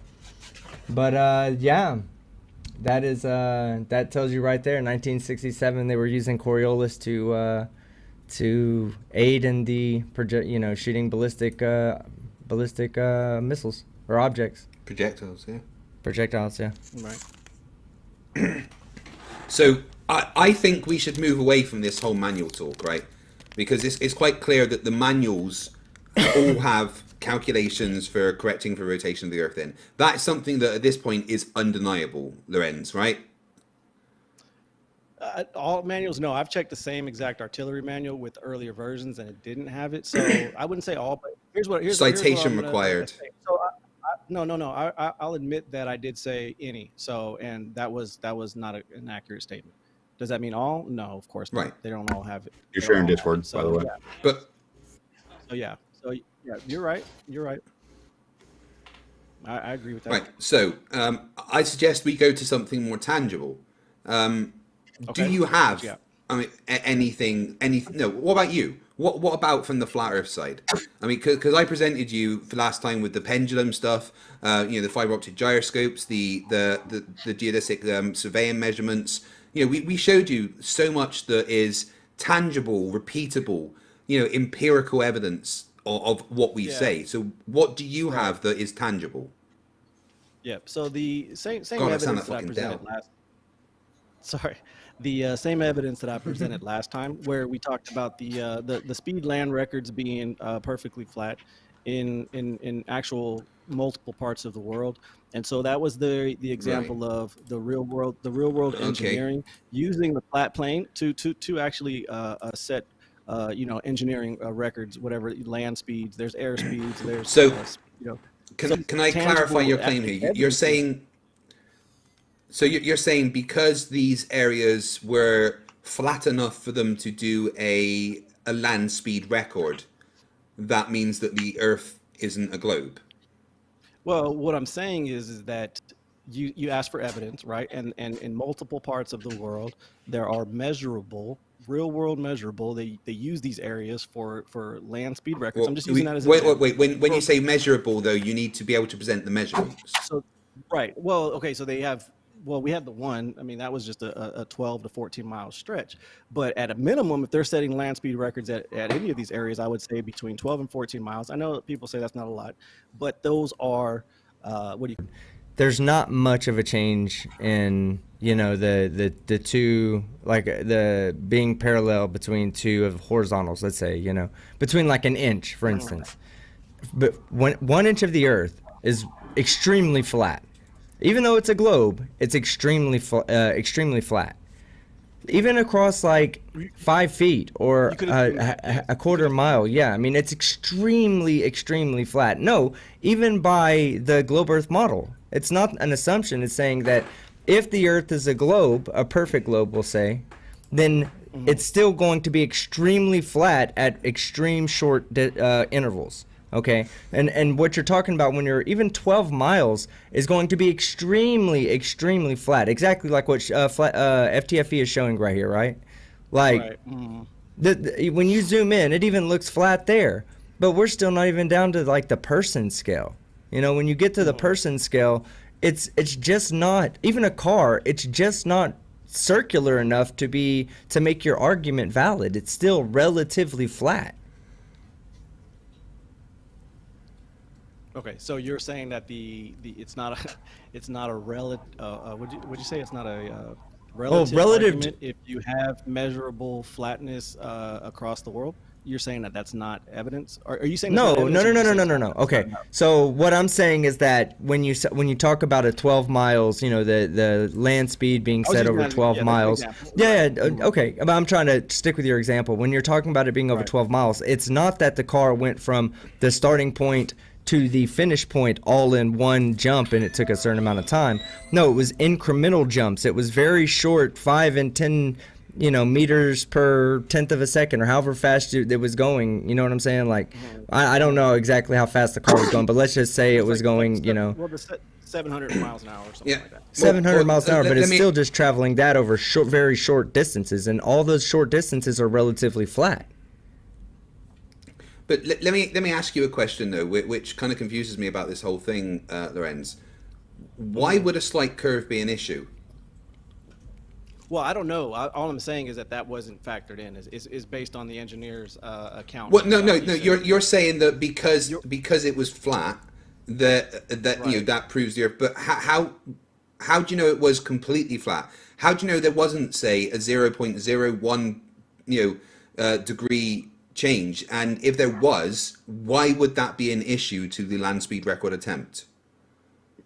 Yeah, I don't know. All I'm saying is that this was a $68 million project, and I imagine that they're going to be pretty. I accurate get with that, but this is your argument. Your argument is that these places were flat enough for it to do land speed records, therefore the Earth is flat. But my question to you is, why does it have to be flat to do a land speed record? Why couldn't there be a slight curve? Right? I don't know. Cars, All I'm saying- especially cars that are designed to, wait, hold on. Cars that are designed to go fast are designed to pin to the ground. Right? It's downforce, okay? Based on the amount of speed, the car is designed to have air funnel over it and create a force that sticks it to the ground. So it doesn't matter if there's a slight curve, right? In fact, the faster the car's going, the more it's going to stick to the ground, even if there is a slight curve. This is not evidence of anything. And on top of that, all of these are on land. And the thing about land is that land has contours. So even if there was an area, say, that's 40 miles that is completely flat, big deal, that's on land, and land has contours. That's why you need to do something like geodetic surveying, which would actually measure it over from coast to coast. The one that we like to talk about, the transcontinental triangulation of the American arc of the parallel, that literally went from here to here, right across. I'd right? also like to point And out. Go ahead. Sorry. Go ahead. Sorry, no, go on, team. I was just gonna say I'd also like to point out some of the evidence that you're submitting debunks the flat Earth, like these land records, these land speed records that you're showing in Australia and South America and South Africa. You're either saying that those people are lying about the distances, or somebody's lying to the people about the distances, or the people themselves are lying about the distances they travel, because on a flat Earth they wouldn't be as small as they are in reality. They're much more stretched out and elongated. So a lot of those would have to travel more distance without, like I said, either they're lying to us about how fast they were going because they had to travel a lot longer of a distance, or somebody's lying to them about the time it took them to make that trip and the distance. Yeah, I don't really get into flat Earth models too much, and I know people are going to say, "Oh, because there isn't one." There but isn't all one. I'm presenting. There All I'm isn't. It's a presenting. fact. Okay, well, all I'm presenting is evidence as I know it, and these were flat areas across the world, and that's it is what it is. I mean, I don't. You can say, well, why does it need to be flat? It just was. That's what the engineer said. I don't know what else you want me to say. I wasn't there. But what do you flat's mean a by relative flat? thing. I mean, some it can be relatively flat, but I can guarantee you that the engineers didn't get a fucking laser level out and measure the inclination of the road that they were on. don't think They they just did. knew that was a flat enough area. $68 million. You don't Yeah, think they're 'cause- going to measure it? They can't be. I mean, come on. No, Well, do you 16 have the if you're validation there- that they have? yeah. Do you have any What's that? idea how much it costs to just build an F1 car? Right, each one of those F1 cars are millions and millions of pounds of research and development and engineering expertise to go into one of them. Right. And you think Right, they're so just gonna throw it out 68 there million on- pounds was 68 million pounds was probably enough to build a really fast car. Not enough to go and then build a particular flat land. They just found something there that was flat enough for them to do it. They wouldn't have needed to measure the inclination of the curve because it really wouldn't have mattered. If it looked flat enough for the car to drive along, then they would have stuck it on to see how fast it fucking went. All right. This is not evidence for the flat Earth or evidence. That's- It's not evidence for the flat Earth or evidence against the globe in any way. Land has I contours, disagree. and cars. No, you can't disagree. This is a fact. Yeah, but You can't again, disagree with again, facts. yeah, again, you're not keeping in mind what Fight was talking about, the aerodynamics of the car that helped generate a force to keep it low to the ground. You're not you're not taking into the consideration what I'm saying, that cars don't travel 12 miles in one jump. They actually travel very small increments, and across those very small increments, there's for all intents and purposes, there's no drop. You know what I'm saying? We're talking about over 12 feet, you know, with the distance of a car as it travels. And you can break it down even further and further and make it even less and less and less. Go ahead, Sean. More specifically, they're more worried about changes in elevation, not flatness. Who, the flat earthers or the... No, the people that run these high-speed runs. Oh, yeah, they're worried yeah. about changes in elevation. Right. They want it as smooth as And possible. just to clarify what I mean by that, they're worried about elevation in this case is distance from the center of the Earth. They want to make sure it all stays the same distance because gravitational equal potential. That's all it is. You know, the car is not going to fly off into space for several reasons. One, because gravity is going to be a constant because it's the same elevation from the center of the Earth. And two, all of that downforce that it's generating by going very, very fast. Right. Okay. Yeah. Are you saying there's no increase in elevation or you? None. I don't understand what There's you're no increase or decrease. That's why they call it flat on a globe, is because it's the same elevation. Yeah, yeah. Now, like let's think about a cubal, right? A cubal's flat, right? You agree that a cubal's flat because the surface is so smooth. It's equal, distance from the center of the cubal to the outside of the cubal. We say everyone says a not cubal's flat, flat, right? level, not flat. Yeah, but it's that's what Sean's on about. In the case of the engineers, they would have been talking about an equipotential, an equidistance from the center, because Right. no one says a okay. cubal's level. Yeah. No. When you're talking colloquial, nobody says a cubal is level. People say a cubal's flat, because it doesn't have any undulations on its surface.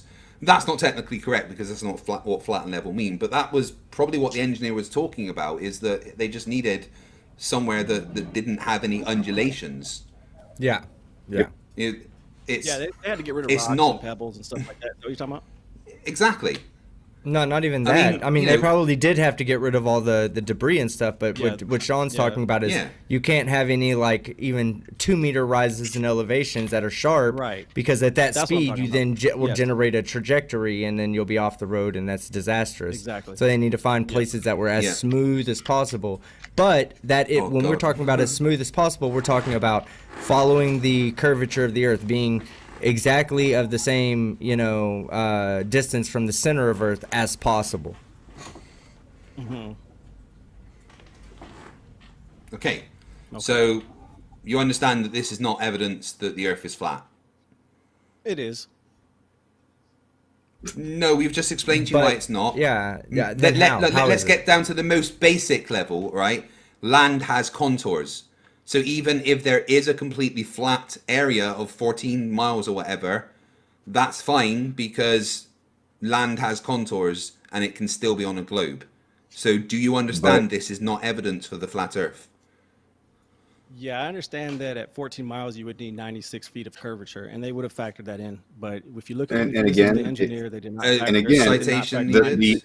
Hold on. The elevation at the starting point is going to be the exact same elevation as the ending point on a curved Earth. It's not going to be 96 feet different. There's going to be 96 That's not how it feet works. Of curvature.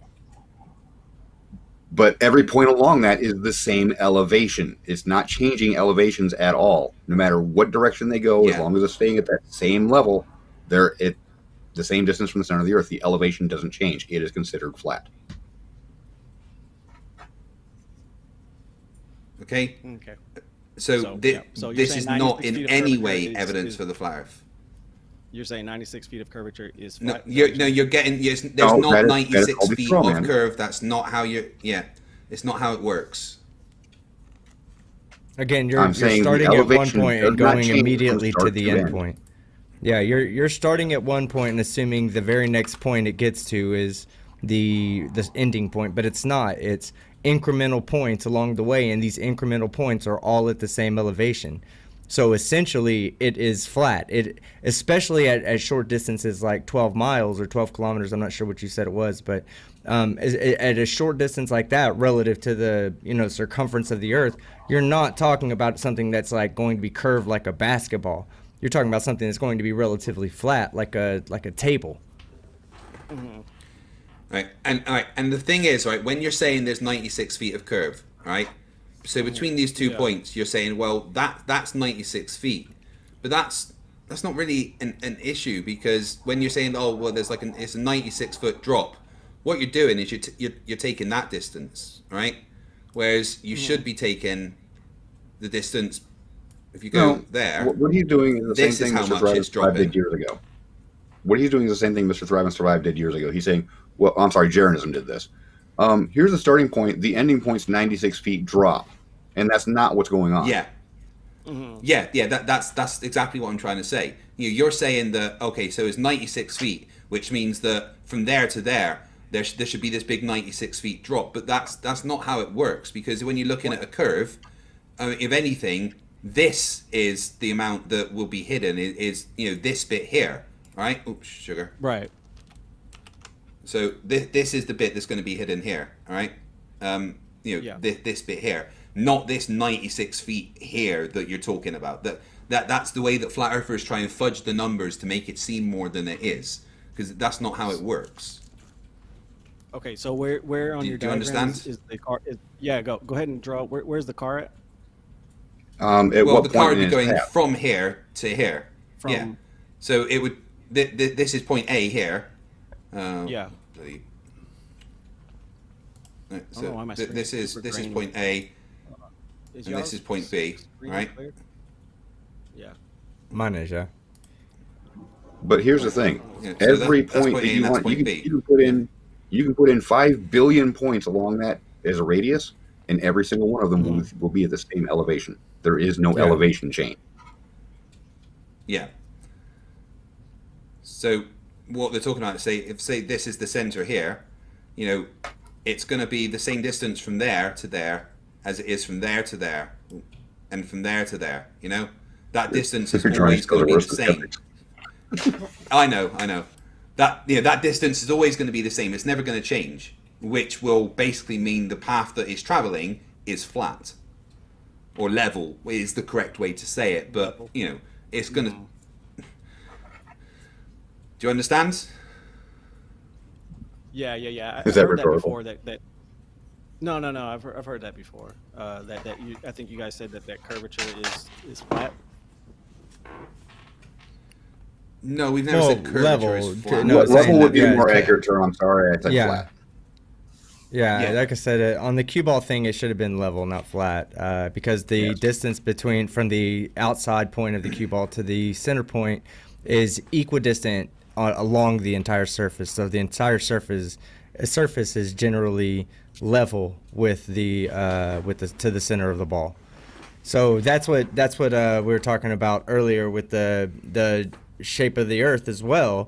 It's generally, when you go across 12 miles with a car that's only probably 10 feet long or 8 feet long, whatever the case may be, when you're going over that your curve, you're not talking about something that's like sticking off the edge of the Earth, hanging off trying to go around it. No, this is a tiny little ant on a basketball that's trucking along as fast as it can, and even an ant doesn't have to take into account the curvature of the basketball, because as the ant runs, the area directly in front of him and the area directly behind him are both level with him. They're both level to him. Right. So as he runs, he's just consistently running into more and more level area, and every time it's like a little level area that follows him, that's level to a certain extent in front of him, level to a certain extent behind him, and as he runs around it, that's all he has to take into account. He doesn't have to take into account from the starting point all the way to the end point the change of what his horizontal is going to be.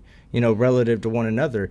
That's if it was moving from at one point, then yes, that would be, like if you were a fly flying around a basketball, that would be different. You would have to actually take into account the curvature of the basketball. Mm-hmm. But a tiny ant on the surface of the basketball won't have to, because it's so small and it's just running across. Right. So it comes back to the question of, do you have anything tangible?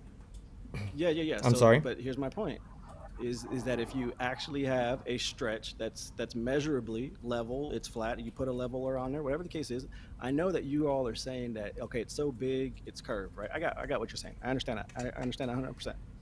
But that still doesn't mean that the evidence that is measured is not evidence for a flat Earth. I don't understand how you all equate that to. You keep What saying measured, evidence is though. measured? You keep saying measured.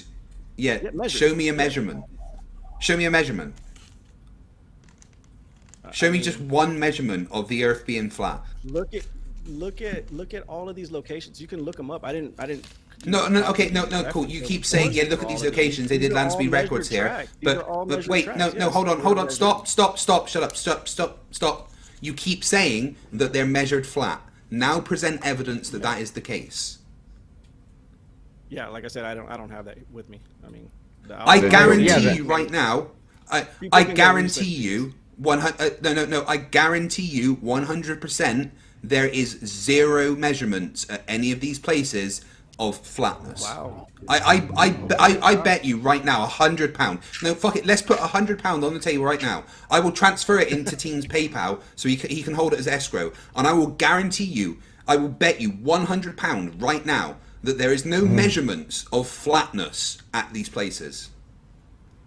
Wow. I don't. Do you take it? Gamble, but no, I don't gamble. I'm not a gambler. You got no confidence. I'll put £100. Fuck it. I'll do £500. Wow. All right. So what we're trying to say is that some of these places that you're presenting, like in Australia, you would simply not, even if you tried to measure it out, right? Even if you said, I'm going to go to this track and measure it out. Unless you're talking about the Earth, the flat Earth centering around the South Pole, for instance, your distances are going to be way off in Australia. Now, this would be from a piece of evidence that you presented. These tracks. Well, they're measured, right? The time and distance is measured, so they have a start point and an end point, and they measure that distance, right? Okay, so why?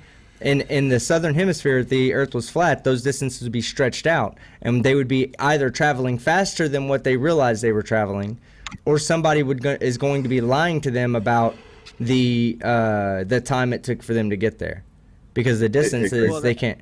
Go ahead. I'm sorry. Go ahead. Hey, Greg, I just put a link in Hangouts. Since you're presenting, I want you to bring that page up. This is the official Utah.com's Bonneville Salt Flats website. I want you to read the tagline. Okay. You'll get it. So I've just switched the screen a sec while I go to Hangouts so I don't dox anyone. Okay. Yeah, I just went there to see if it's ever been measured, and I died when I saw the tagline. The salt flats. Yeah, the official website for the salt flat. So was one of the imagine. Go ahead. Pulling it up, right? Okay. Imagine a place so flat you seem to see the curvature of the planet, so barren, not even the simplest of. Oh wait, what was that? What? Read that Bonneville again. Salt Flats. Imagine a place so flat you seem to see the curvature of the planet. Wait, what? This is the official website. Lorenz, could you read that for me, Lorenz? I don't even know what you're trying to say. It's not evidence. This is not measured. You're saying you brought this I'm just up pointing out. I went to their official website to see if they had measurements for how flat it was, and that's what popped out right on the main page. Said they've got $68 million budgets and they're not going to measure their tracks. Well, again, $8 million is going to build you a really fast car. You are the one claiming that there's measured flatness. And again, they're not looking for flatness. They're looking for elevation. Yeah. Come on, put the money on the table. Like I said, if you're saying they're measured. Let's go and I'm find not those gambling. measurements I'm of not a gambler. flatness. Okay, so let me point something Oh, out. Just one shame. thing. When Easy those money. When those Brazilian scientists put together their little flat Earth or concave Earth, I believe is what they called it. They didn't call it a flat Earth. They called it a concave Earth. When they did their presentation, they once said that the evidence that the Earth is not curved is that every point along a beach read the same elevation. Okay, Okay. which it should. Okay, which it should, right? I mean, water sits down Right. to its potential, right, or energy, the lowest potential it That can was find. That's yeah. going to cause it to make it be a sphere. If the Earth is a globe, it's going to cause it to make a sphere that That's conforms also why to the Nathan curvature. Oakley in Quantum Razor said that Google Earth is a flat Earth map because they took a point in Ireland and a point in New York, and they were both 5 foot above sea level, and they said there should be Exactly. 2,000 foot difference in elevation. Oh fuck me!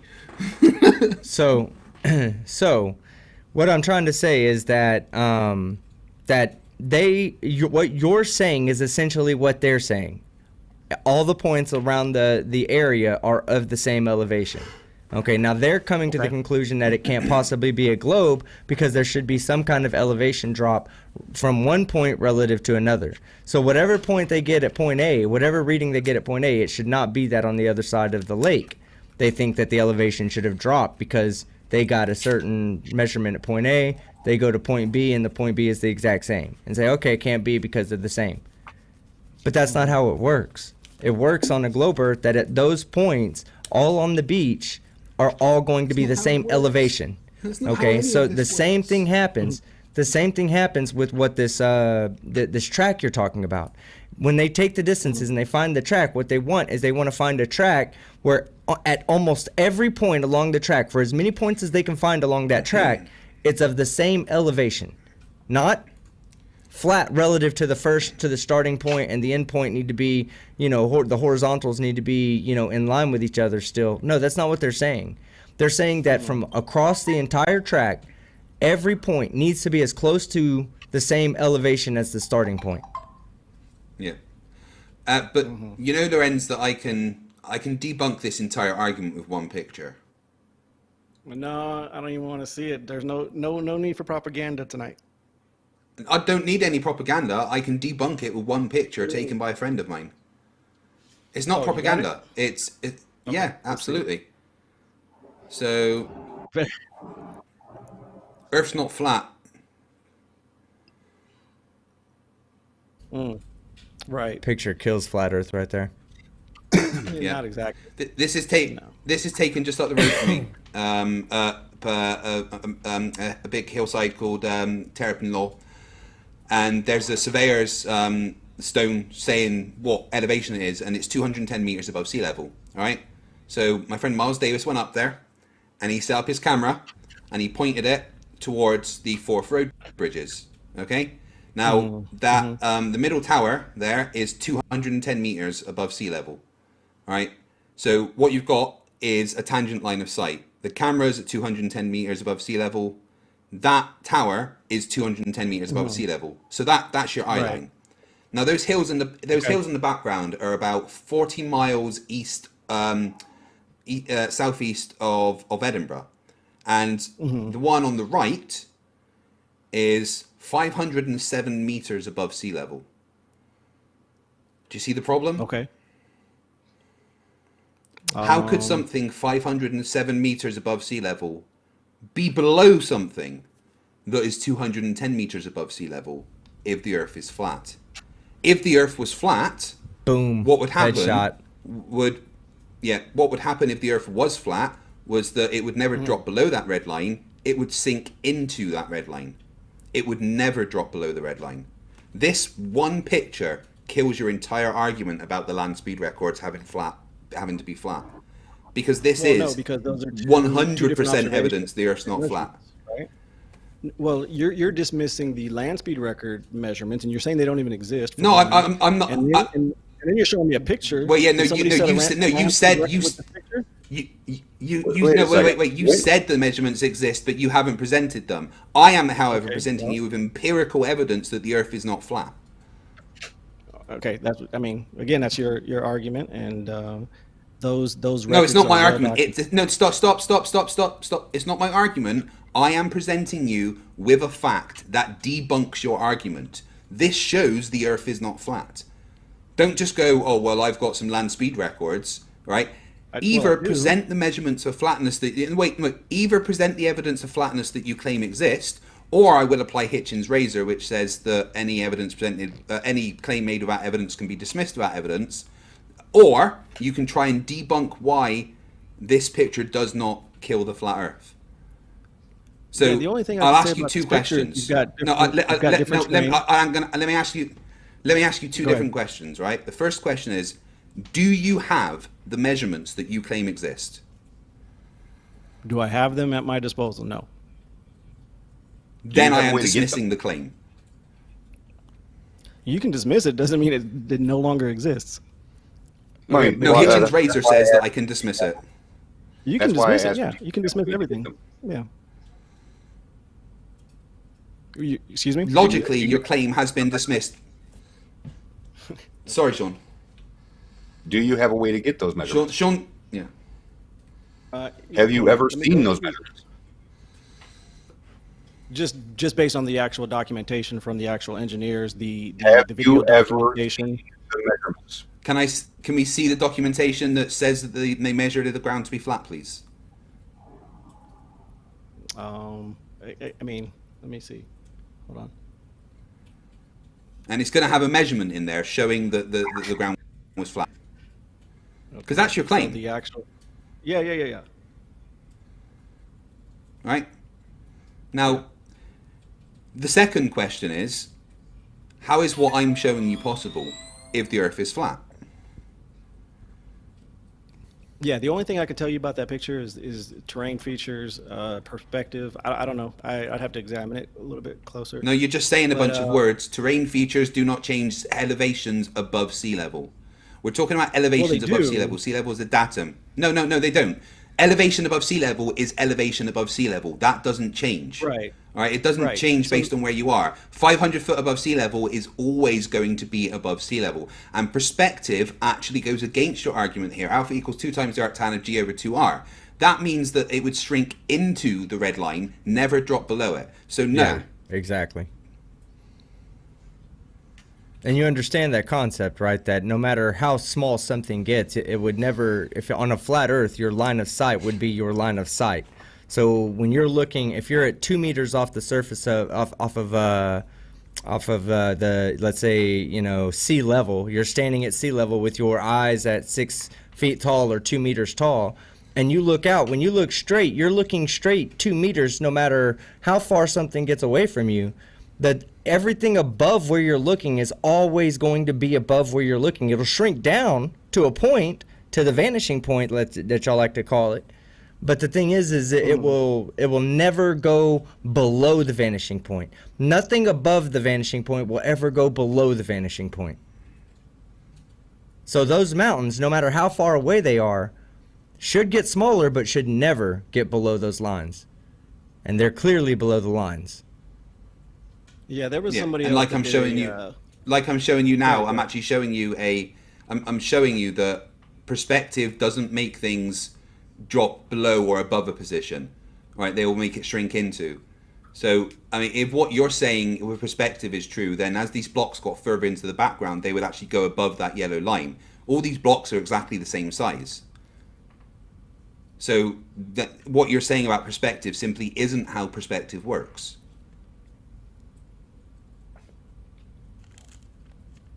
So, can you explain this?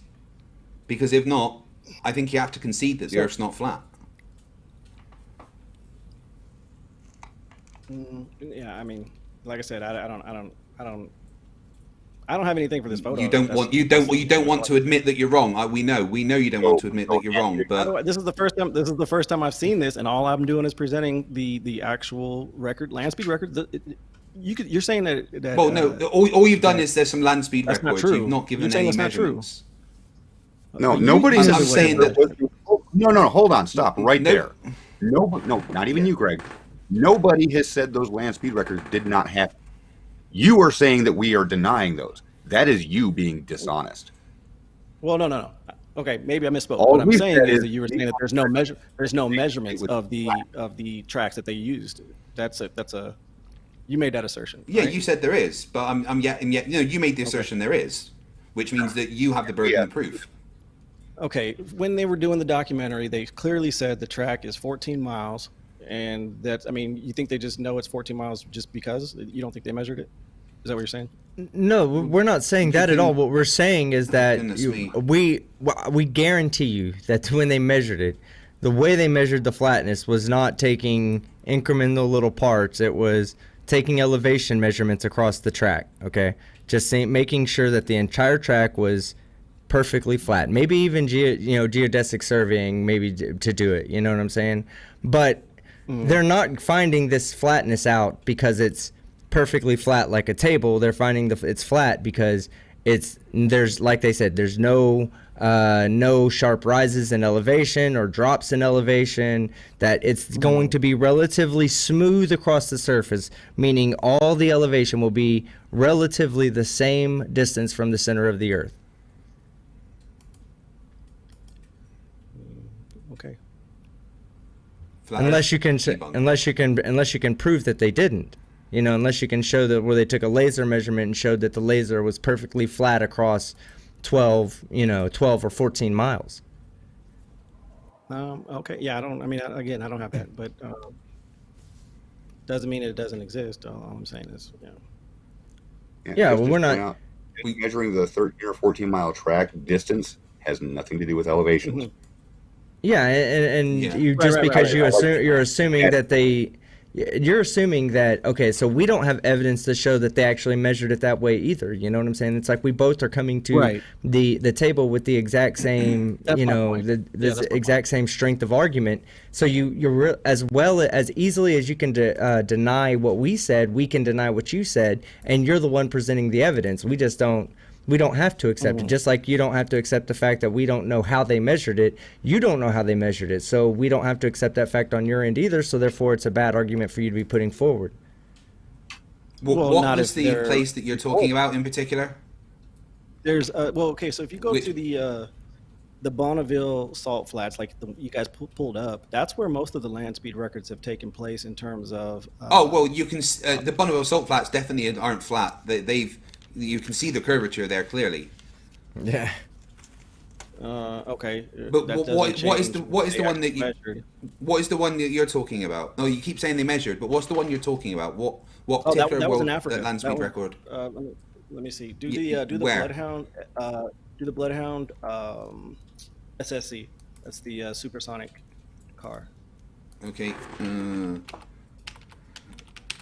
gonna see if I can find these measurements.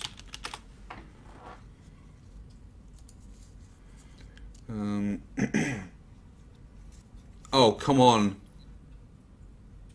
What do you got? You can tell straight away that's not flat.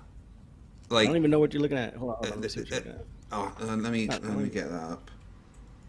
One sec. So you'd have to actually look at the Bloodhound footage, and I'm telling you, it's level. I mean, look at. Let me share this right here. Hold on, let me share this with you. I'm gonna put it in your Facebook. Pull it up, okay? Just so you can see what I'm looking at. Now, is it gonna have the measurements? I don't know. We'll see. We'll look at it.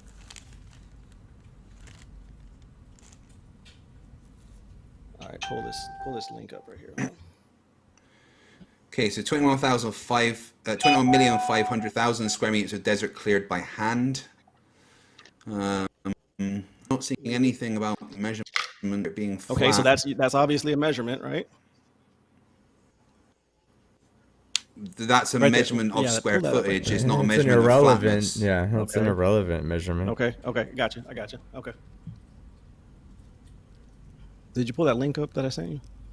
Is this it? Oh, sorry, you sent me a link. Yeah, let me just wait. Yeah, hold I on, think it's don't the wanna same one. I dox think it's the you, same. So I'll change. It's really simple. Just get the GPS yeah. coordinates of it and use it, and we can use it through Google. Well, that was an interesting Google thing Earth. too, because I Google Earthed it, and that was kind of interesting. I don't know if Okay. Google Earth gives you the elevation. Okay, look at right there. So Let me control that F. picture- Image. go ahead. Yeah. Oh no, the word measure doesn't even exist in the page. Where? So, I'll be right back, guys. well, I just No, no, searched no. MEARE. I've just searched that entire page. The word measure doesn't exist. Right, but you're just skipping over the actual track. Well, no, if there's measurements there, then it's going to say the word measure, right? But there's Okay, so no you don't wanna- measures. you don't wanna There's see the track. nothing in here that says the. Scroll I up. mean, what are you trying to say? Oh wow! Oh! Beautiful picture. Oh, look Yeah, at this. I don't know. Um, Yeah, you see here yeah. this nice flat line, yet the Right there. horizon Well, doesn't seem to follow it. Oh, that's a nice picture nah, it'll probably debunking say flat it if Earth you right played it, there. but, Thanks for that. This picture debunks the flat Earth. There's a curve there. Thanks for that. Yeah. So I guess we're done here, guys. Lorentz Yeah. force just proved that the Earth isn't flat. Well done.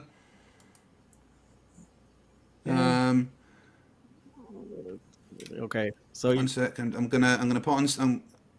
Oh, there is no subtitles. What would happen if blah blah? Nothing about Yeah, measuring that's it flat. Look being at that. flat. laser precision. Look at that. Where's the measurements? That's flat. They ain't I setting. mean, it's They're not. not setting record speeds there with curvature. All right. You're making a claim that it's flat, but Ooh, it's not yeah, keep flat. going. We've proven that the Bonneville salt That's flat. fills, the salt flats aren't flat. You can see the curvature of the Earth from them. Look at that white line. Hey, like I said, that it was a white documentary. line. He. Oh, I mean, no. That's too much to measure. Lorenz, That's too Lorenz, much hold flatness on. to measure. Lorenz, hold Level. on. Shut up. Flat. Lorenz, look at the evidence in front of you. Look at that white line, literally mean, showing that that the line. Earth is Okay. not flat. Look at the white line, and look at the horizon, and look at the curve. This shows the That's Earth not what the isn't engineering flat. says. So, yeah. Show us the engineering. What- You have yet to do that. Yeah, I'm sorry, but your claim is dismissed. You have nothing there to support what you're saying. So let's go back to my evidence, and now you can try and explain to us how the Earth is flat if this picture was taken. Because I'm going to be go ahead. 100% brutal with you here. Your claim about the engineering and Breaking land speed up. record is dismissed. Don't start that shit if I'm breaking up. That's nonsense. It's just something All right. flat earthers do to get out of answering questions. Can't see your screen anymore. I can't see your screen. It's I'm showing you I can. the picture. What? yeah, it's Well, that's what I'm saying. All I'm saying is that the no. Okay, so I. Okay, go ahead. no. You go ahead. Go ahead. You said Right, there was so measurements of and flat, that's my point. and You have, there isn't. Yeah. So there isn't measurements of flat. So your claim is dismissed. So now you can address our evidence. No. It's not. Okay, I think there's a slight Yeah, delay. it is. Your claim's so dismissed. I think there's a You are slight breaking delay. up. So try refreshing the call. Try refreshing the call, Lorenz.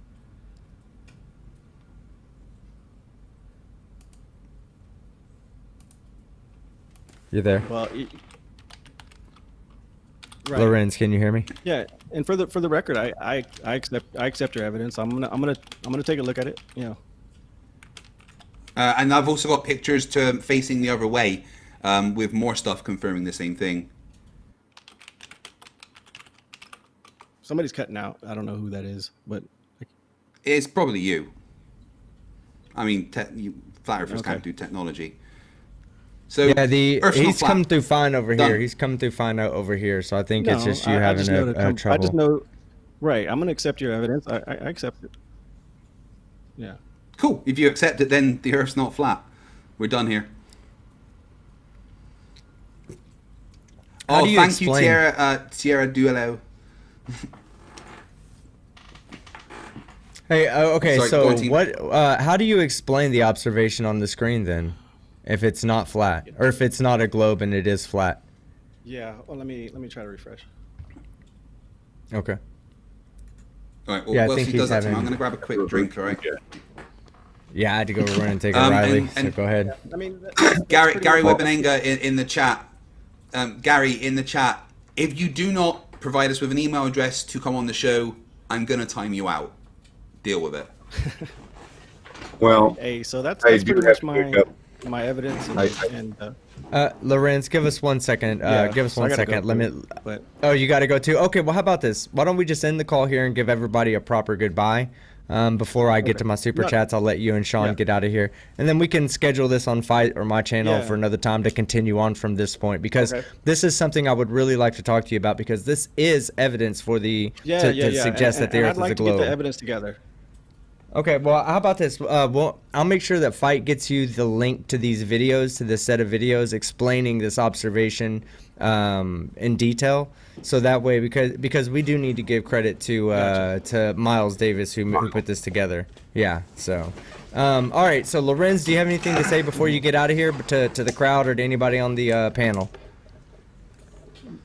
The main thing that I want to do is tell them to go look for the spherical and the rotational math in the real world engineering. I mean, really dig and say, We've hey, shown is this operating based on is this operating based on a spherical spinning Earth, or is this operating and functioning and does everything that we know that exists and operates? Is it based on flat plane stationary math? And that's going to be for everybody else to explore on their own. So that's all I'm doing. It's presenting my evidence as I know it. And Well, okay, but I'm saying you do realize that where everyone will find, but the thing is, you're saying that, and we have shown you that you're wrong. We have shown you that there is manuals and real world calculations.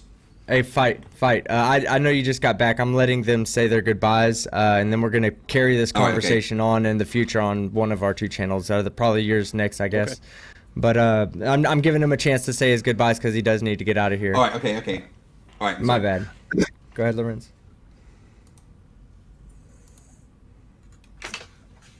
Lorenz. Oh, I think he dropped the call. Yeah, I'll come better prepared. Oh, there he is. There he is. Measurement. Yeah. Sorry. Go ahead. Yeah. Yeah. Okay. No, it was a good fight, and I appreciate debating you all, because it makes me think about things as well and go and make sure I have my facts in order. So that is this the is purpose my second of these debate, discussions. Ever, and yeah. Oh.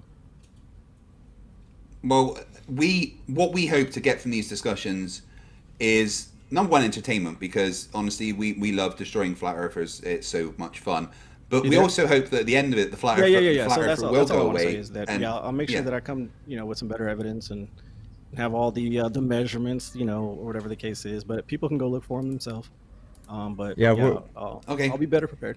That's all I'm saying. We're on a super long delay, but I'm gonna go ahead and cut the call. Lorenz, I hope you have a good night, man, and we'll look forward to talking to you in the future. That's a long delay.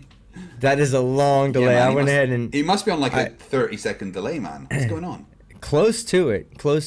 But I'm sure he'll catch up here in a second and hear everything we have to say.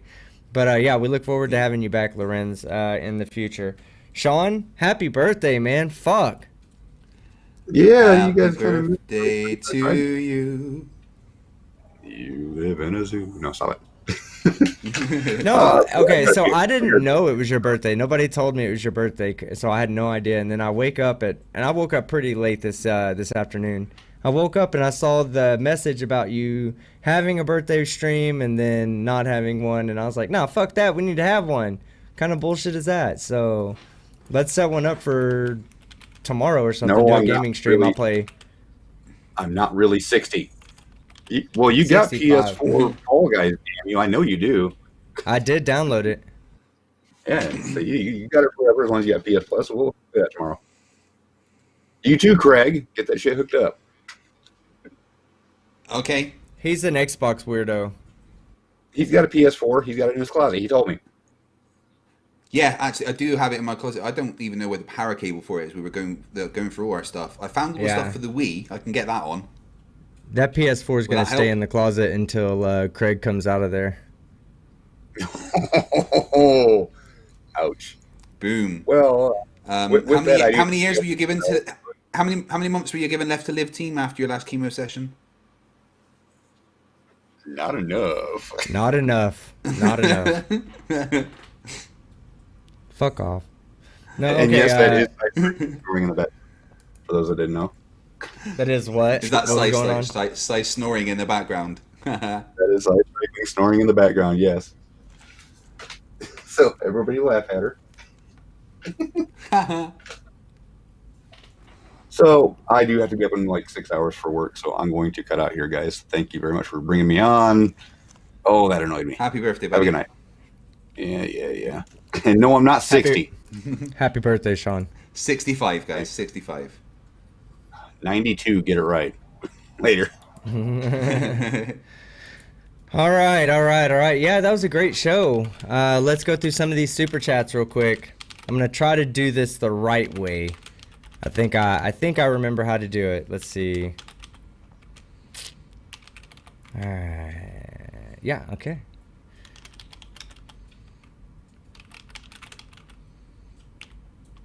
Give me 1 second while I get the data source up. Oh, I gotta read it from over here.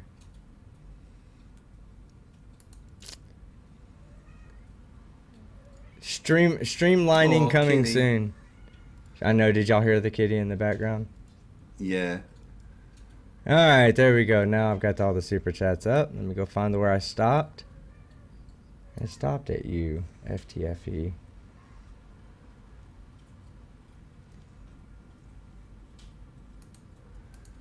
Oh, destroying flat Earth is so much fun. All right, there we go, right there. Oh my Alright, god, now Bart let K me is Oh guys, if you didn't see Bart K last night, he's the dumbest Funny. smart person I've ever met. He's not even smart. He's so stupid. And that he will be getting his own. I think he's going to get a few episodes of Stupid Humans, because wow, he's so fucking stupid. But he keeps talking a lot of shit about me at the moment in his comments section, so I'm going to be sure to include those. Well, shit. Can't find what happened to the names. I had this set up. Oh my god. Oh dear. Oh, there it is right there. Okay. So that was you fight. Oh wait, hold on. I gotta. Oh, what do you want? Let's Oh my see. goodness, you're really wet. My pussy's all wet. She's been outside in the rain. All right, let's see if the new one comes in. God. Why is it not doing it? What? You've Okay. broken stuff again, team. Yeah, I did, but you know what? I don't care. It happens. I'll figure it out. I'll figure it out in the future. All right, so we have please help. Team has locked me in the basement. I'm not joking. I miss my family. Oh shit. I'm going to have to actually read Yeah. this on the other. That was from you fight. God damn it. I'm going to have to read on Guys, the other please screen help. now. He doesn't feed me. Why do you think I've lost weight? All right, He chucks Stringer peanuts News. at me every now and then, even though he knows that I've got a peanut allergy. Stringer News 1 for $5. It puts the lotion on the skin or it gets the hose again. Lotion was definitely put on skin tonight, guys. Surf for $2. His claim starts off with dishonesty, face palms.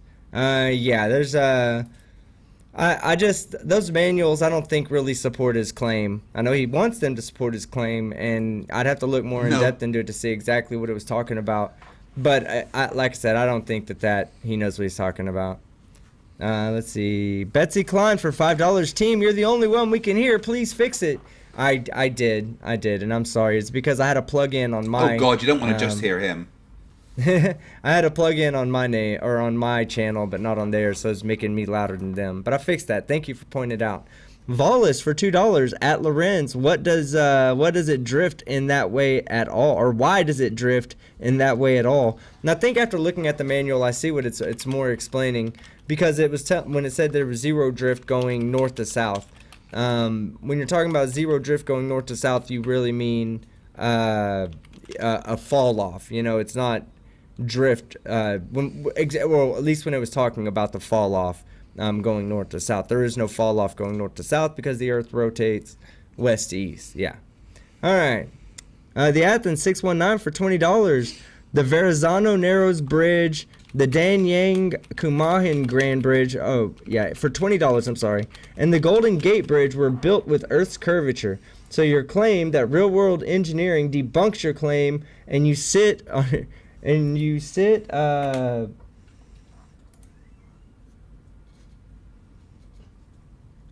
shot. Okay, because it was SH space OT. Whoopsie. And you shot yourself in the foot. Thank you very much, Athens619. All right, Martin C for $5, 5 Canadian dollars. Those aren't even real monies. 20 years ago, I was writing computer software to track oceanic buoys, and it absolutely used spherical Earth models. None of them were lost. Yeah, because you used the Earth models. Had you have used the flat Earth model, can't say the same thing would have happened.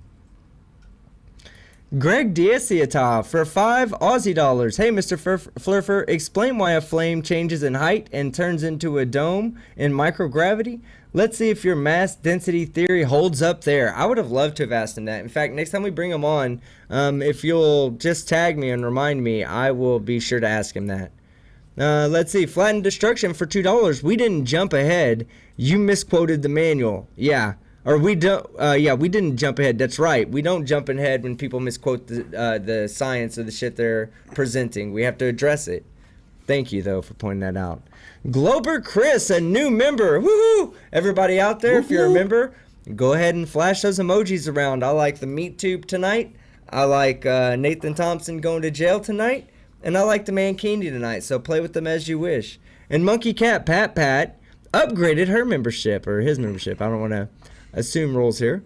Upgraded their membership to Dinger Slayers. So thank you, Monkey Cat Pat. See, the Pat thing throws me off. I'm a 90s kid, so Saturday Night Live Pat, you just throw me off with that. It's 1890s. Just look at his face. Zmore42 for $5. Team, get and read the technical manuals. Then you can be prepared for them. Yeah, someone sent them to me, so I do appreciate that. Fohammer for $5. I would like to extend an invite for the Flat Earther to come to my Yotvos and Coriolis experiment. Unfortunately, he has no understanding of ballistics. Looking at doing that after the pandemic, I think is what we were talking about. Flattened destruction for $2. Earth's rotation discussed 33 times in the manual. Flattened destruction. I'm not sure if you sent me that manual on Discord or not. I couldn't find it in the Discord, so if you could send it to me in a DM, so that way I have the actual manual on hand as well. NA for $6.66. Every time team draws, a puppy drowns. Hail Satan. That unfortunately is... Yeah, that's an unfortunate consequence of my drawing and my artwork, but you guys got to be entertained, you know what I mean? PhD Tony for 5 Aussie dollars says, do GPS locators exist in the real world? How do you think their locations are determined? I model satellite orbits. It uses spherical geometry. Yeah, no shit, Tony, right? You can't fucking explain that shit. And again, man, great showing yesterday on Fight the Flat Earth channel. You really caused that guy to rage quit. Yeah. So you and Fight together caused one hell of a rage quit. I wasn't expecting him to just rage quit either. He just did out of nowhere. He didn't like the whole going off at him about anti-vaxxer thing. But I'm sorry, I will never be nice to an anti-vaxxer. I mean, I don't think that they deserve to be treated with given the platform to spread dangerous. They definitely need to be addressed. You know, if you're bringing them on to talk about vaccines, you need to be ready to address their points and not give them a place to spew that pseudoscientific nonsense rhetoric bullshit. All right, Tanner withheld for 2 Aussie dollars. Was that a drawing of a pineapple pizza? It was a drawing of whatever the fuck you wanted it to be, Tanner.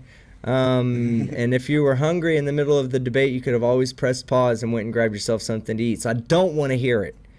Irish Demon for $2.99 Aussie. If the earth is flat, what's your favorite crayon? Lead. That's the next thing I'm going to ask a flurfer. You know, what tastes better?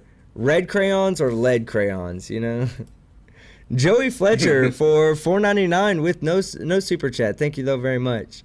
Bella Charge for 5 New Zealand dollars. These guys do realize that artillery and snipers both have spotters that look where rounds land and help them adjust for all the variables. Exactly. I mean, it's so much that goes into it, you know. The best snipers aren't the best on their own. I mean, they are good on their own. They're probably really, really good on their own, but you're right. They have spotters. They have people that go there and help them so that they can be more accurate, because how do you know when there's a crosswind that comes through and it just blows the bullet off and adjusts the trajectory, and someone has to say, oh yeah, you're a little bit off, one meter to the right, you know, or whatever the sniper lingo is.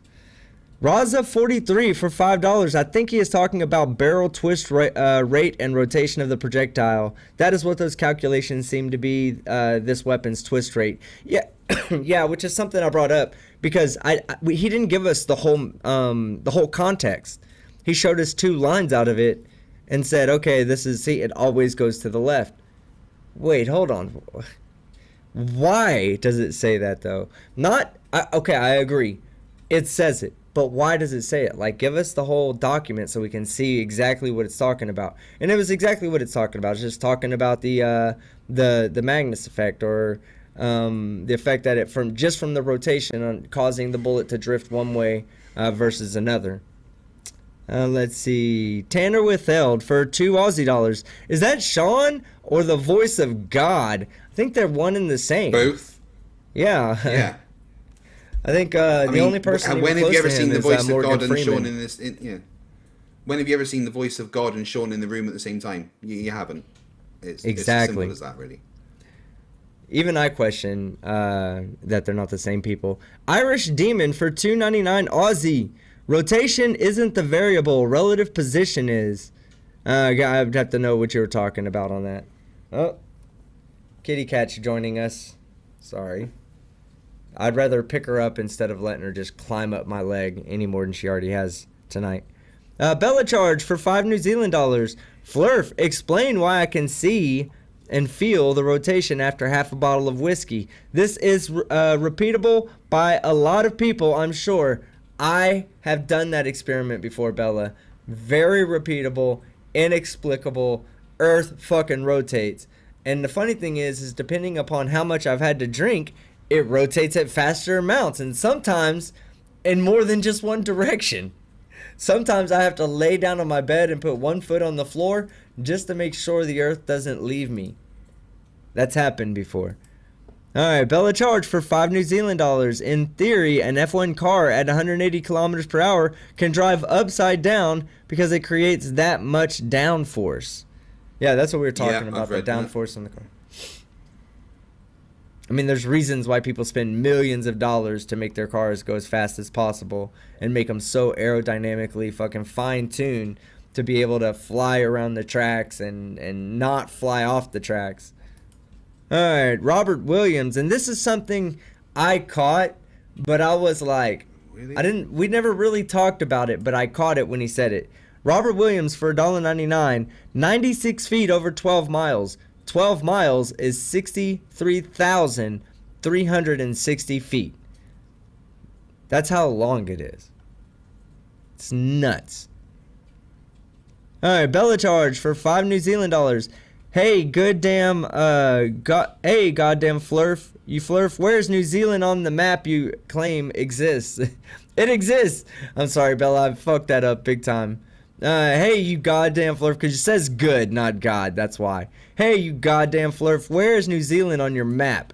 It exists. No, it doesn't. I have no proof. Every time I connect to you, it's like I'm connecting to you through the FBI server so that we can play Call of Duty together. Oh yeah, go check out my gaming channel, Call of Duty. Team Skeptic After Dark. Jeffrey Holenbeck, right? Jeffrey Holenbeck became a new fucking member, and everybody share those emojis out there with him. He also had a really nice, decent super chat, man. I want to say thank you, so we'll get to that one in a second. But be sure to share those emojis with him. Nathan Thompson in jail, Mankini, Meat Tube, and Cream Skeptic. Cool Cream Skeptic, the one that's like kind of leaned back like this. That's how I feel right now. And thank you for becoming a new member. The Sun Express for $6.66. Hell Sagan. What part of an engineered surface that compensates for the curvature does this flurf not understand? Yeah, that's exactly what we're talking about. If they say, this is perfectly level for us, right? We can use this. It's perfectly level. That means all points along that surface are of the same elevation to the center of the earth. That's what it means. It doesn't even have to be on the surface. It can be an elevated surface. It can be an imaginary line that runs around the earth. It's all, as long as it stays there, it's level, and it just follows that line. And that line doesn't deviate very much. And because it only deviates in this direction, and because you're not maintaining you're not like staying like this the whole time, you're actually following the curve. And to you, the really relative to you, the earth is what's rotating underneath you. So it's always just smaller and smaller increments of flat space that you're going over. Once you start going fast enough or you get big enough, then you can detect this curve. But the size of a car, you're not going to detect curve. It's going to be flat all the way across. And that's exactly right. If you ask them, what does it mean to be flat, they're going to say, oh, it's the same elevation all the way across the surface. And then you turn around and say, well, if the earth is the earth flat or a globe, they're going to say, oh, well, it's a globe. So it's flat and curved at the same time, or it's level and curved at the same time? Yeah, really, it is.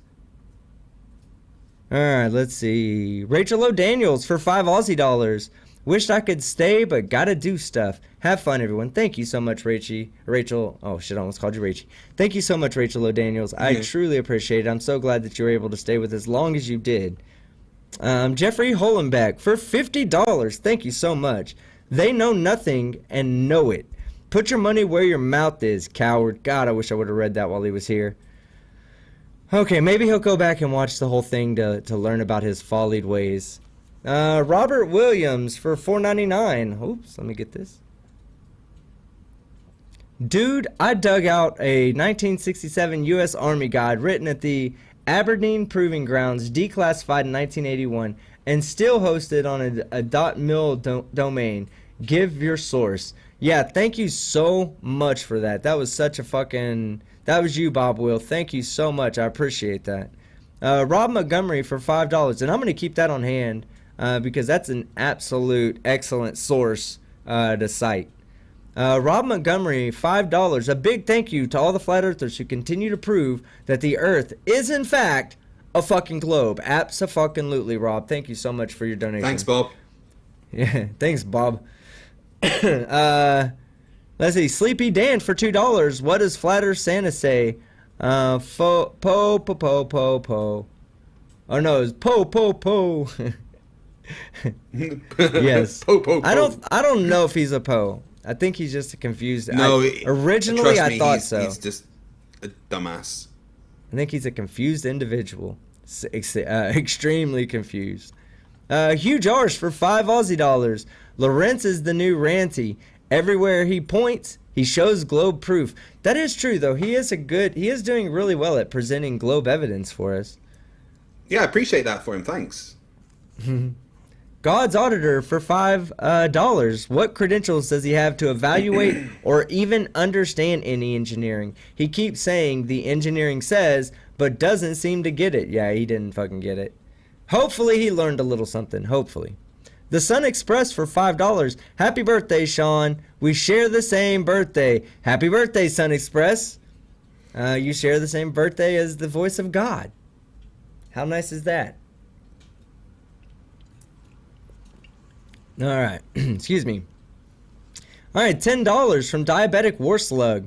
This guy's brain is as broken as Team's whistling. Also, happy birthday, Sean. My whistling ain't broken. No, it just never worked. You can't break something that never worked. Oh, is that, I hear some wind outside. Oh my God. If you deny that whistling, then I know you're doing it intentionally. Ready? There's no whistle in there, team. Listen, I'm getting good. Nope, you're still not whistling. Listen, you hear it? Listen. No, you listen. Yeah, but you've done years of schooling to get that. Nah, it just comes naturally. Me, I'm just simply one man with a mouth. That's the worst porn name I've ever heard. Yes. I'm going to start my own fucking OnlyFans account, and that's going to be my username. One man with a mouth. I'm just going to eat meat tubes. Like sausages and hamburger meat tubes, not you sick fucks. Get that shit out of your heads. All right. Diabetic. Oh, yeah, that we already read that one. We're not going to clown my whistling again. This guy's brain has broken his team's whistling. Also, happy birthday, Sean. FTFE for £5. I'm Team Skeptic, and no one has ever touched my pee-pee. Yes, they have. I have No, they proof haven't. of that. I have proof of that. My child. At least one person. Well, you know, there's other ways that touched the men pee-pee. can. No, there's other ways of that to happening. There's no evidence that you actually ever had a woman touch your pee-pee. Hold on. Okay. I see a lot of hate coming from the chat about my whistling. Agree or not, I don't care. Okay? Feel free to disagree whether Yes, you whether do. or not You cry yourself to sleep. Hold I on. Hold can on. whistle. I can can whistle, whistle. okay? I just see, I just did. Okay, so listen. No, you didn't.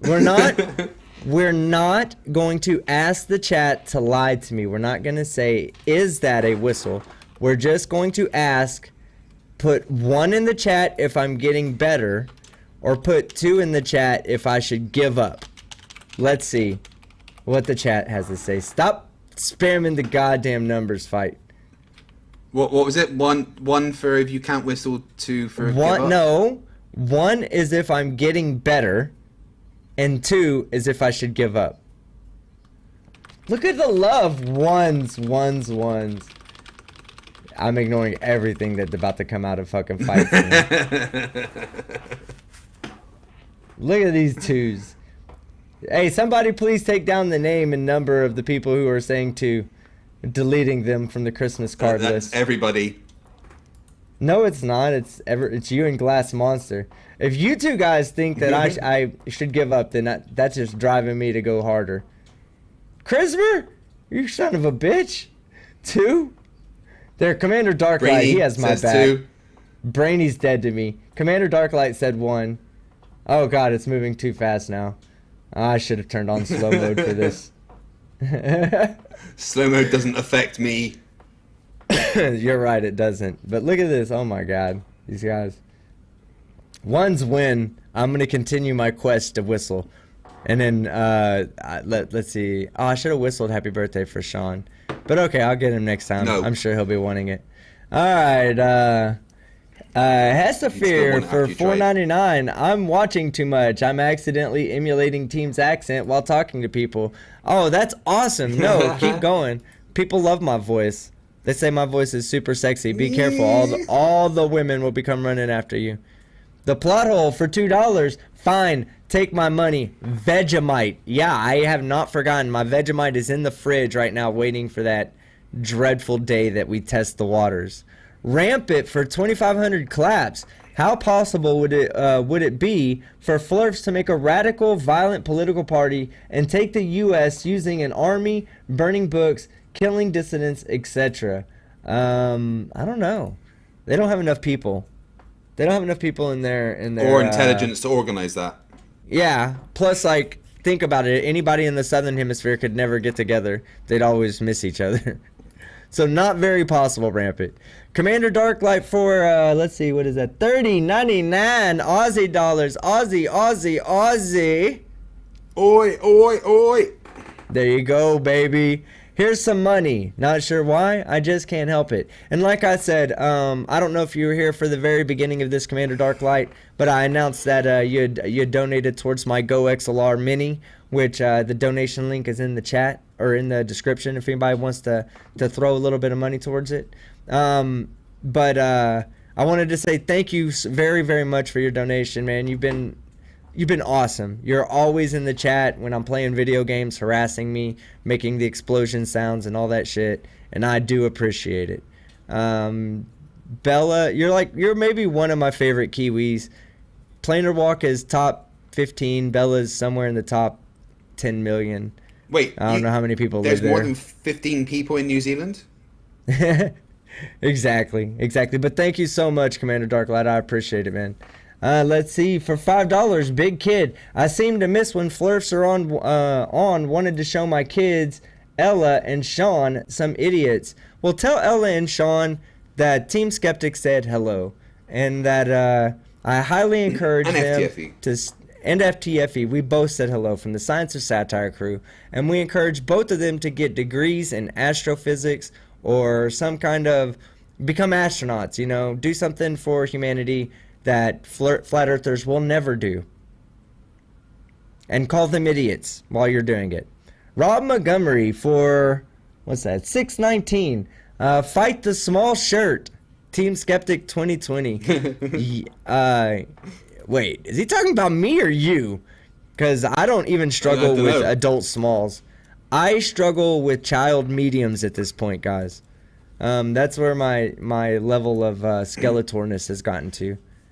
Team struggles with falling through the fabric. Of space and time? Or the fabric in my sheets? Because that's happened a couple of times already. Both. You only exist on in one dimension of the 11 that string theory suggests.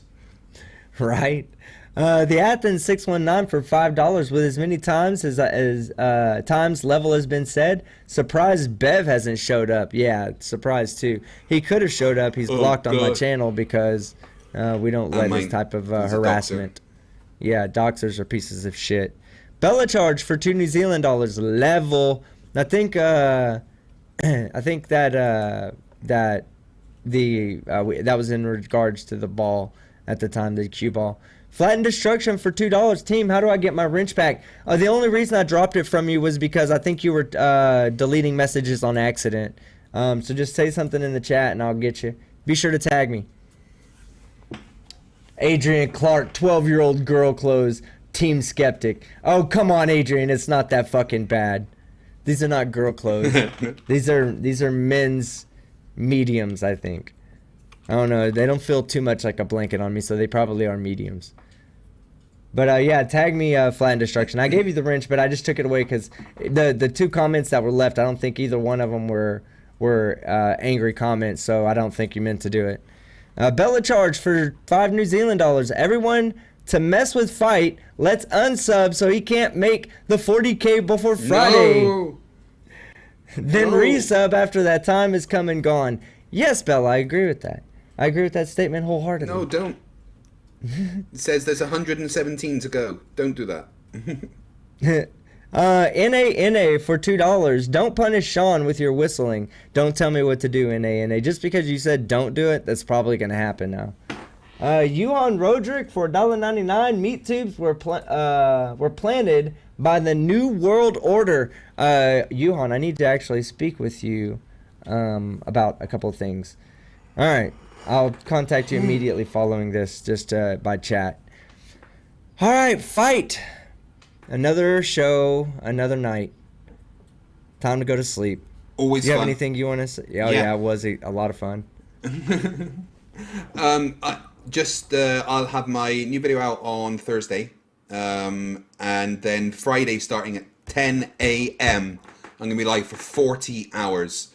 We've got a whole bunch of stuff planned. There is going to be a Dungeons and Dragons evening on Friday evening with me, Conspiracy Cats, Team Skeptic, Vishanti, and PhD Tony playing Dungeons and Dragons.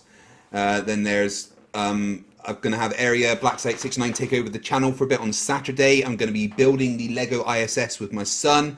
I've got Rad Vlad coming back for round 3000 and a couple other Flat Earthers. I'm going to be playing some Quiplash with you guys. Going to be doing a bit where just going to let you guys come on and talk to me, ask me questions and stuff. But I'm going to be live for 40 hours for my 40,000 subs. The only question I've got, team, is what the fuck am I going to do when I hit 80k?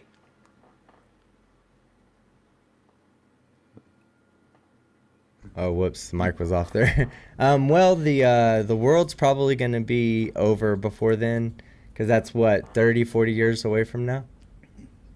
Oh, boom. And I'm telling you, man, I'm going to beat you. I'm going to beat you to 50K, man. I'm telling you right now. Let's see, is there anybody out in the chat that's a new sub to my channel? Put a 1 if you're a new sub to my channel. I just want to see if there's if everybody's been here for more than, let's say, 3 months. Don't put any numbers in the chat. Flat and Destruction. That's a new person to the channel. Let's see. Ford truck guy. Oh, it's on live chat. Not Victoria chat. West Payne. Well, you guys, if you're new to Team's channel, make sure you're also subscribed to me, because we can't let him beat me to 50k. Well, No, team. I appreciate I appreciate these new people that have been. Shut up, Bella and Surf. I know y'all haven't been here. Rachie, she is a new person to the channel. Go ahead. And what we talking about this 50k pish for? I'm racing you to 100k, boy. Oh, 100's not even going to be a question. I'll have 100 by next week. Of course you will. But yeah, no, it's subs maybe. I think having you along has been like an extra driving force. You know, definitely keeps me motivated to do better, and you know, I also hope that when I do better, because every video I put out is still fucking shits on anything you've ever done. But every time I put out, I hope it drives you to be better as well. Yeah, I always try to be better. And thing is, Team's got like he's coming up on 33,000. I'm about to hit 40k. But this is just the beginning of Science for Satire, guys. Me and Team are going to grow together for a long, long time, and we're going to be here to entertain you for many, many years to come. Oh yeah, I'm there. I'm doing it. But I got 2 more super chats that came in, and then we're gonna get out of here. Rob Montgomery for $5 at Team Skeptic. A few vids ago, someone tried to make a fat joke about fight the flat earth, and you said fight the small shirt, and that makes me laugh. Yeah, fight the small shirt. There's fight the tight shirt. There's all kinds of fight jokes that are out there. Floofy the Freedom Eagle. That's one of my favorite ones. Yeah. Yeah. Thank you, So. Slime and Dan. Right. Oh, is he the one that came up with that? I didn't know that. That's no, awesome. that was the agent. Actually, it's the agent that came up with that. Oh, the agent. Bella Charge Yeah. for $2 New Zealand. You making 70,000 sock accounts? Yeah, probably tonight. I'm learning how to bot, so maybe tonight I'll write a bot that just subs to my account, creates 70,000 new accounts and subs to me. I can do it all for free. And then NA for $2. Team is definitely FTFE's Robin. Fuck out of here. Yeah. Get the. Well, I'm no, the like I said, Joker. I've got issues with that. There's no way Team's Robin, because look at him. He's no fucking boy wonder. I'm a grown man. You don't talk to me like that. You talk to me like a grown man. No, yeah, well, all these Batman Robin jokes will definitely be flowing the other way here in a couple of weeks. So we'll keep you guys posted, I'm sure. Until we get to 50, I think I'm just gonna harass him about chasing him. He's ahead of me, guys. I am the underdog here. I have to scrap to get every sub I get. So I'm scrapping. Let's go. You got anything to say, sweetie? Ah, guess not.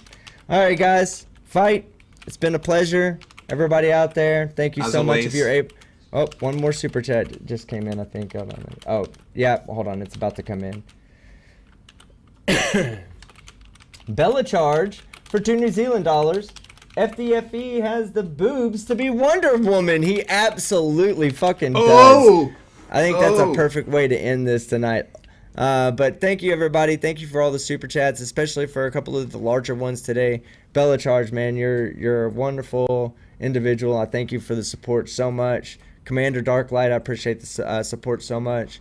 We had a couple other really big ones. Let me just go through here. Oh, Athens619, thank you. Jeffrey Holenback, thank you so much. Also became a member. I do appreciate that.